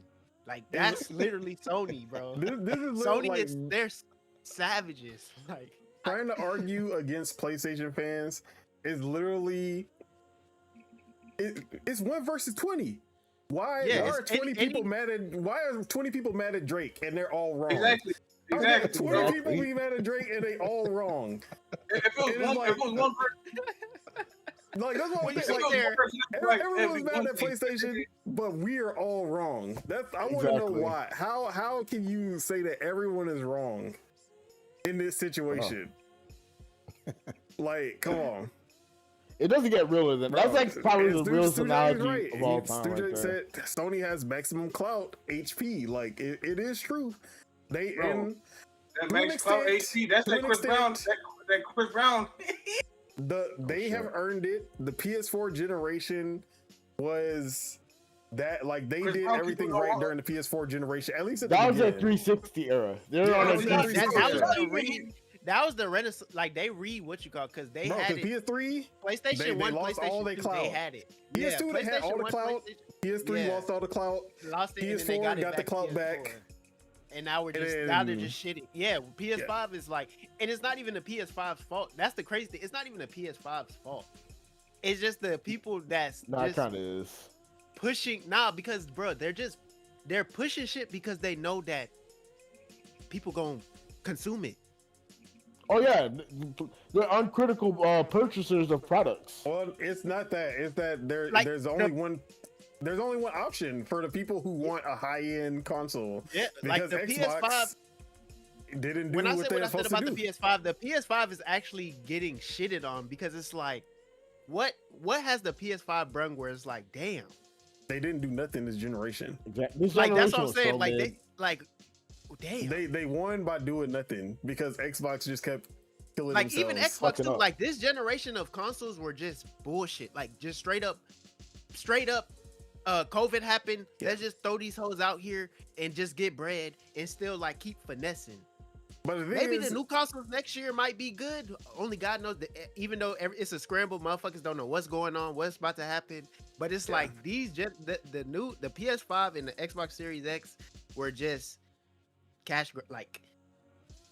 Sure. I don't know how the future is about to be, so let's just throw these hoes out there and look where we're at right now. Like with the shit for PC, all this bullshit, everything going up and all this shit. It's like bruh, and the consumers are just getting shitted on, and people looking the other way. just because they want to. No, people acting like they're not getting shit at all. They want to act like that for their company that we should be paying more. That are just kicking them in the ass, like pay more for bullshit. All the money. You should pay more for this bullshit that we're selling you. The fuck out of here, bro. And we're gonna give you less bullshit, but it's gonna be more bullshit. Get it? Less ownership. Less physical copies, bigger price. Let's go. PlayStation is really going through what Disney went through, because Disney went through an era where they could do nothing wrong. Everything that they put out was fucking gold. And then when Disney started showing that corporate evil side of them, like as a Disney fan, I was like, nah, y'all tripping. Disney not doing nothing. Like, no. Disney's not evil. Disney, come on. No. They're not doing anything wrong. What are you talking about? The movies are still good. Like, and then it was like, as time went on and it just kept repeating, the spell wore off. And I was like, yo, it is fuck Disney. This is crazy. Like, it really be like that. Like when you are a fan of something, and they do something so good that it's like, yo, you really can't. They could never. You just they expect them to never. Like, you getting continuous dopamine. Bro. You're not gonna see it. You're not gonna peep that shit until the dopamine start wearing off. It's like when people say, "Oh, that could never happen to me." Like when people talk about the police brutality. Yep. Oh, police, they're here to help you until the police fuck you up and beat you up. Now you now you want to be on our side when it comes. You feel me? Like, bro, we've been telling y'all they fucking us up, but you don't believe it. That shit hurt. They got the rose color, bro. That shit hurt, goggles bro. on. It hurts. All right. Corporations got them green color goggles on. Let's just talk about these last few bits of the. And these corporations are surrounded by all these Matt Murdochs. That's why I could never be a devil advocate for these corporations. Let's just get into they pay money that social media fans do for free. It's crazy. And then they got the social, and then I know they be paying certain social media people to like push the narrative and be like, no, it's fine, and like talk shit about people. I know they got people on the payroll, because the way people just be not like wait, just be looking. Oh yeah, sorry, finish your thought, but I gotta say something. But like the way they be having people just look back, like not even act like they seen not even act like they seen what's going on. It's like, there's no way you're not getting paid, because you can't be that delusional. All right, I've been saying, look, I've been saying for years with no evidence that PlayStation looking like dokes. That PlayStation has been paying off some of these media journalists, right? I've been believing it, bro. We caught one. They finally caught one. Christopher Dring of what is his news thing called? Game something. Christopher Dring, he's like big in the UK. He's the one who always has the physical UK media. He got caught, bro. He got caught getting paid by PlayStation to post positive news. How did he get PlayStation caught? Bro, it's funny because I don't even know the whole thing that happened, but I remember like people were going crazy when that shit happened. But yeah, I'm not surprised, bro, because people be uncritical. I always been on Christopher Dring neck. I was like, bro, he is always trying to fudge these physical UK sales to like paint a bad picture for Xbox every single time. And I was like, yeah, we don't trust anything Christopher Dring says, because he always tries to be, oh no, PlayStation, no, it's looking good for Ghost of Tsushima, and oh, it's looking good for this game and that game. Astrobot is actually selling really good. I don't know what you're talking about. Yeah, nah. He got caught in the act, bro. He was getting paid by Sony to spread positive PlayStation news. Crazy. Bro, and there's a bunch of them too, bro. It's a bunch of them. Bro. There's always gonna be more. Like, that's the craziest part. Yeah, because it's like the way motherfuckers. It's like, okay, yeah, everybody know Xbox be bullshitting But it's the way that they just try to push that narrative. No, it'd be pandering, bro. Like this dry pandering, bro. It'd be dry pandering, bro. Xbox's failures are Xbox causes their own problems for sure, but the media exasperates every little thing about Xbox to make sure that when they step on a rake, it's like a little bump. they gonna pick up the rake and beat them with it to make sure that it's even worse. Shoot them in the leg like they shoot. So yeah, and then PlayStation it's a love tap. They be giving out love taps. No, they be trying to jump in front of the bullets for PlayStation. PlayStation be trying to shoot themselves in the foot, and the journalists be jumping in front. Like they be mine. I'll take it. Yeah. Anyways, let's finish this up. Let's just talk about these last Xbox reset things, and then let's get out of here. So one of the big things that Asha pointed out, so this wasn't only about layoffs.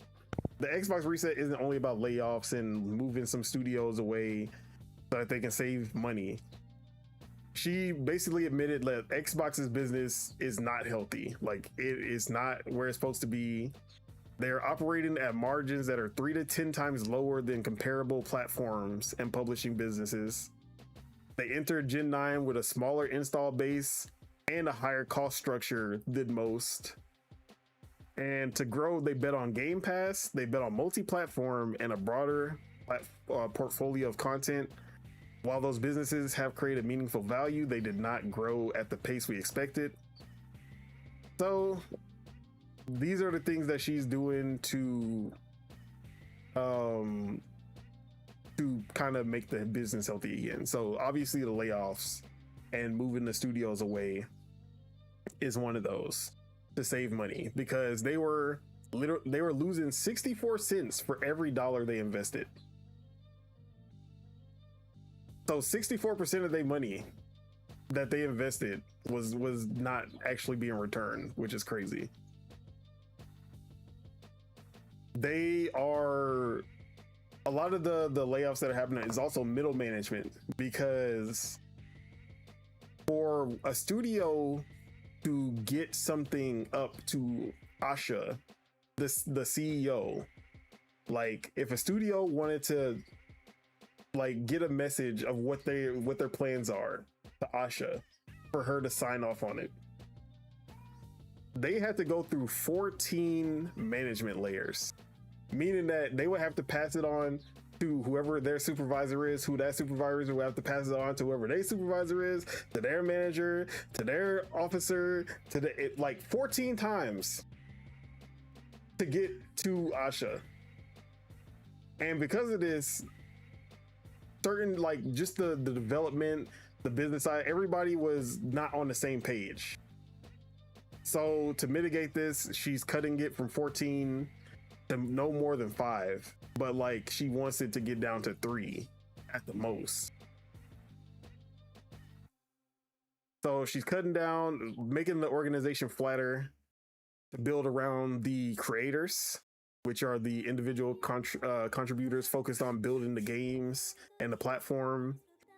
Then they'll just have like the player coaches, who are leaders, who remain deeply involved in the work while developing their teams. And then directly responsible individuals who own key decisions and outcomes.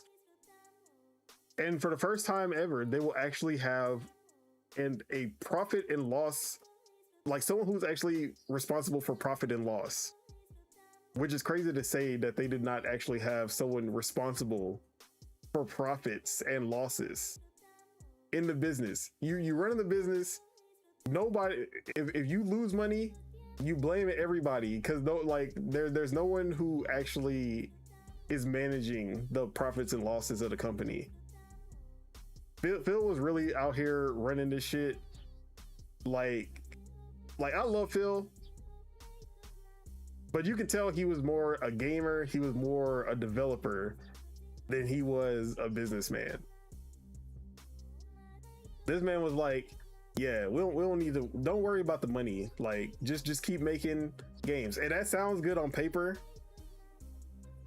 but obviously they got this, like they got to where they are because of stuff like that. So those are the big things that they're focusing on to get the business back healthy. And she said that they're aiming to return to growth in 2027. We'll see if that actually comes to pass. But as far as studios that got divested or anything, the layoffs, did y'all have anything y'all wanted to add on when it comes to the Xbox reset? Let's see what they do. That's all I can say. I'm sorry for the people that got to lose their jobs, but I want to see what they really gonna do for the games. Hopefully Blade come out. It's definitely looking like Blade is still on the table. They're still gonna find funding for that. Hopefully a Xbox fighting game come out, please. Don't gotta be Killer Instinct, but we can have Killer Instinct and something else. I ain't tripping. Somebody got to. Look, that's where I should need to be putting. I need to. I need to. I need Killer Instinct, and I need like something else. Oh yeah, and it wasn't only Obsidian working on Fallout that she said. She said that like Bethesda, especially, they not working on anything that's not Elder Scrolls, Fallout. What else did she say? Wolfenstein, Doom, and Quake, I think was everything. And she was like, if y'all ain't working on any of those games, don't even come to me. And then Halo, Elder Scrolls, Fallout, they want to get multiple games out for those. So she's like, no more working on just one Halo. Like they gotta find someone else to do it. Another, like, more Halo games have to come out, more Elder Scrolls games have to come out, more Fallouts have to come out. Like that's where we at right now. She wants these big franchises to not just be one game at a time. They need to have a bunch of people or like a bunch of games in the works at the same time so that these franchises don't just sit unused. So we'll see how that works out. But anything else from y'all before we wrap it up? Nope. All right. I feel like I just feel like I should do. She doing her big one right now. You feel me? I still got my eye on her. I still got my eye on her due to the AI shit. But other than that, I don't know if this is on par with what you call. But any of y'all got the 007 game? I got it, but I ain't played it yet. I'm beating. I barely played it. I'm beating. Batman. How was first. it? Like, is it like you when you played it? Is it worth you getting back on? And you just got other shit going on, or like? I just got too much going on, but I want to get back on it. Oh, yeah, because I plan on getting that shit like next week. For real, this time. Intro was good. I will say that intro, the tutorial section, that was fun. I got to the main mission, like the real mission. I just hadn't played it since. All right, bet. So yeah. All right, with that is it. That is all we have for you guys today. Thank you all for tuning in, and to all the people leaving comments in the chat. We do appreciate the support. Shout out to Stu Jersey. Shout out to Jay Sniper, JJ.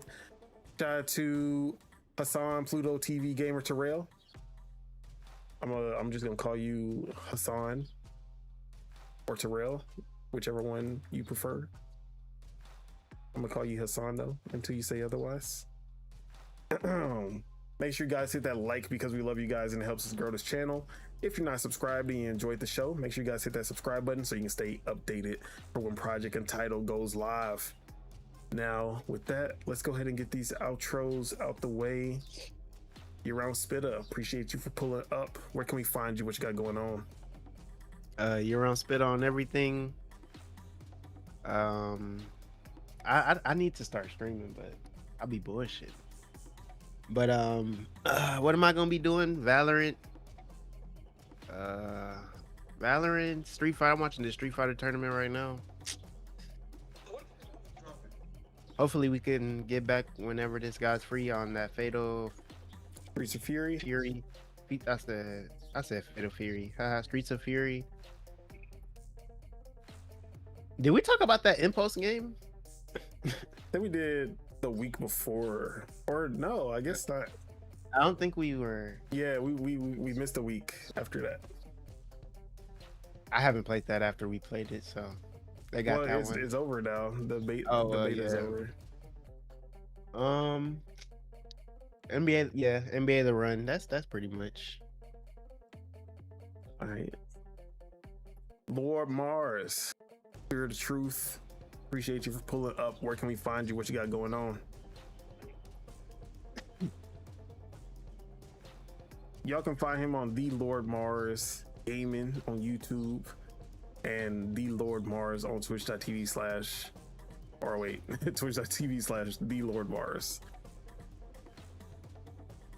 Deadshot Teej, where can we find you? What you got going on? You can find him on Deadshot Teej at everything. Twitch.tv/ Deadshot Teej. All in the description. And lastly, you're on Chuku. Where can we find you? What you got going on?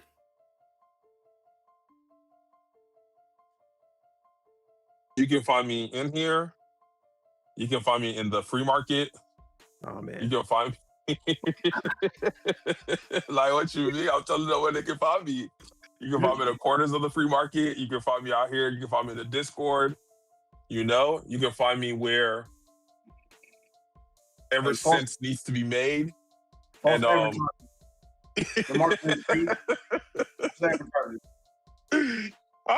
but yeah, man, this was a good episode. I wish I was here for more of it. Shout out to Sony, but at the same time, shame on Sony. That map is disgusting. Hey, man, you already know. You already knew what it was even before you saw it. Hey, I expect nothing less from our resident devil's advocate. You feel me? All right. As for myself, Otaku, you can find me on Twitter at F3ET. Find me on twitch.tv/ Otaku the Dawn. And you can find me right here on YouTube, where not only are we doing Project Untitled Gaming Podcast every Saturday live, Dual Wheel Gaming Podcast every Thursday with the homie Sue Bagels, not live, but still live. And I need to read these because I forgot, or I missed these chats. Stu Jersey, shout out to Stu. He said, Ashy working for the feds. Y'all better watch her. Yeah, there was some. She's on some government council for AI. Like they just named her as a part of this government council for AI, which was crazy. Asha Sharma. So yeah, we need to watch out for her, bro. And then he said, you fired 3,500 people, come work for us too. Yeah, that's literally what the government said. Oh, you just fired 3,500 people? You gonna be right for this job. And then talking about the Xbox Positron, the disc to digital program that they got, the Xbox version of game key card, basically. Kinda. And I think I read this one and this one. PS4 gen let them go crazy, but that PS4 stench wearing off. That casted spell fading. And he said at least he was smart enough to get paid for it. Some of these clowns doing it for free, bro. Yeah. So talk about Christopher Dring. Yeah, Christopher Dring at least getting paid to make sure that Sony look good. But there are people out here who are literally doing that shit for free.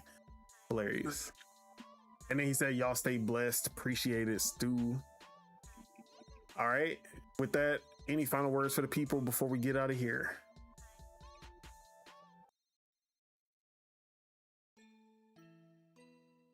Play video games, yeah. Like the Pokemon game with all that silence. No, because you don't hear the Pokemon. All that's all they care about is the Pokemon. It's called Pokemon. It's not called Pokemon, not Pokehuman. It's like, come on now. Pokemon is about we're not about to do this right now. It's already over. Exactly. Anyways, peace out, everybody. Enjoy your weekend. Enjoy your month. Your week, your month, your year, life, video games, all that. Bye-bye.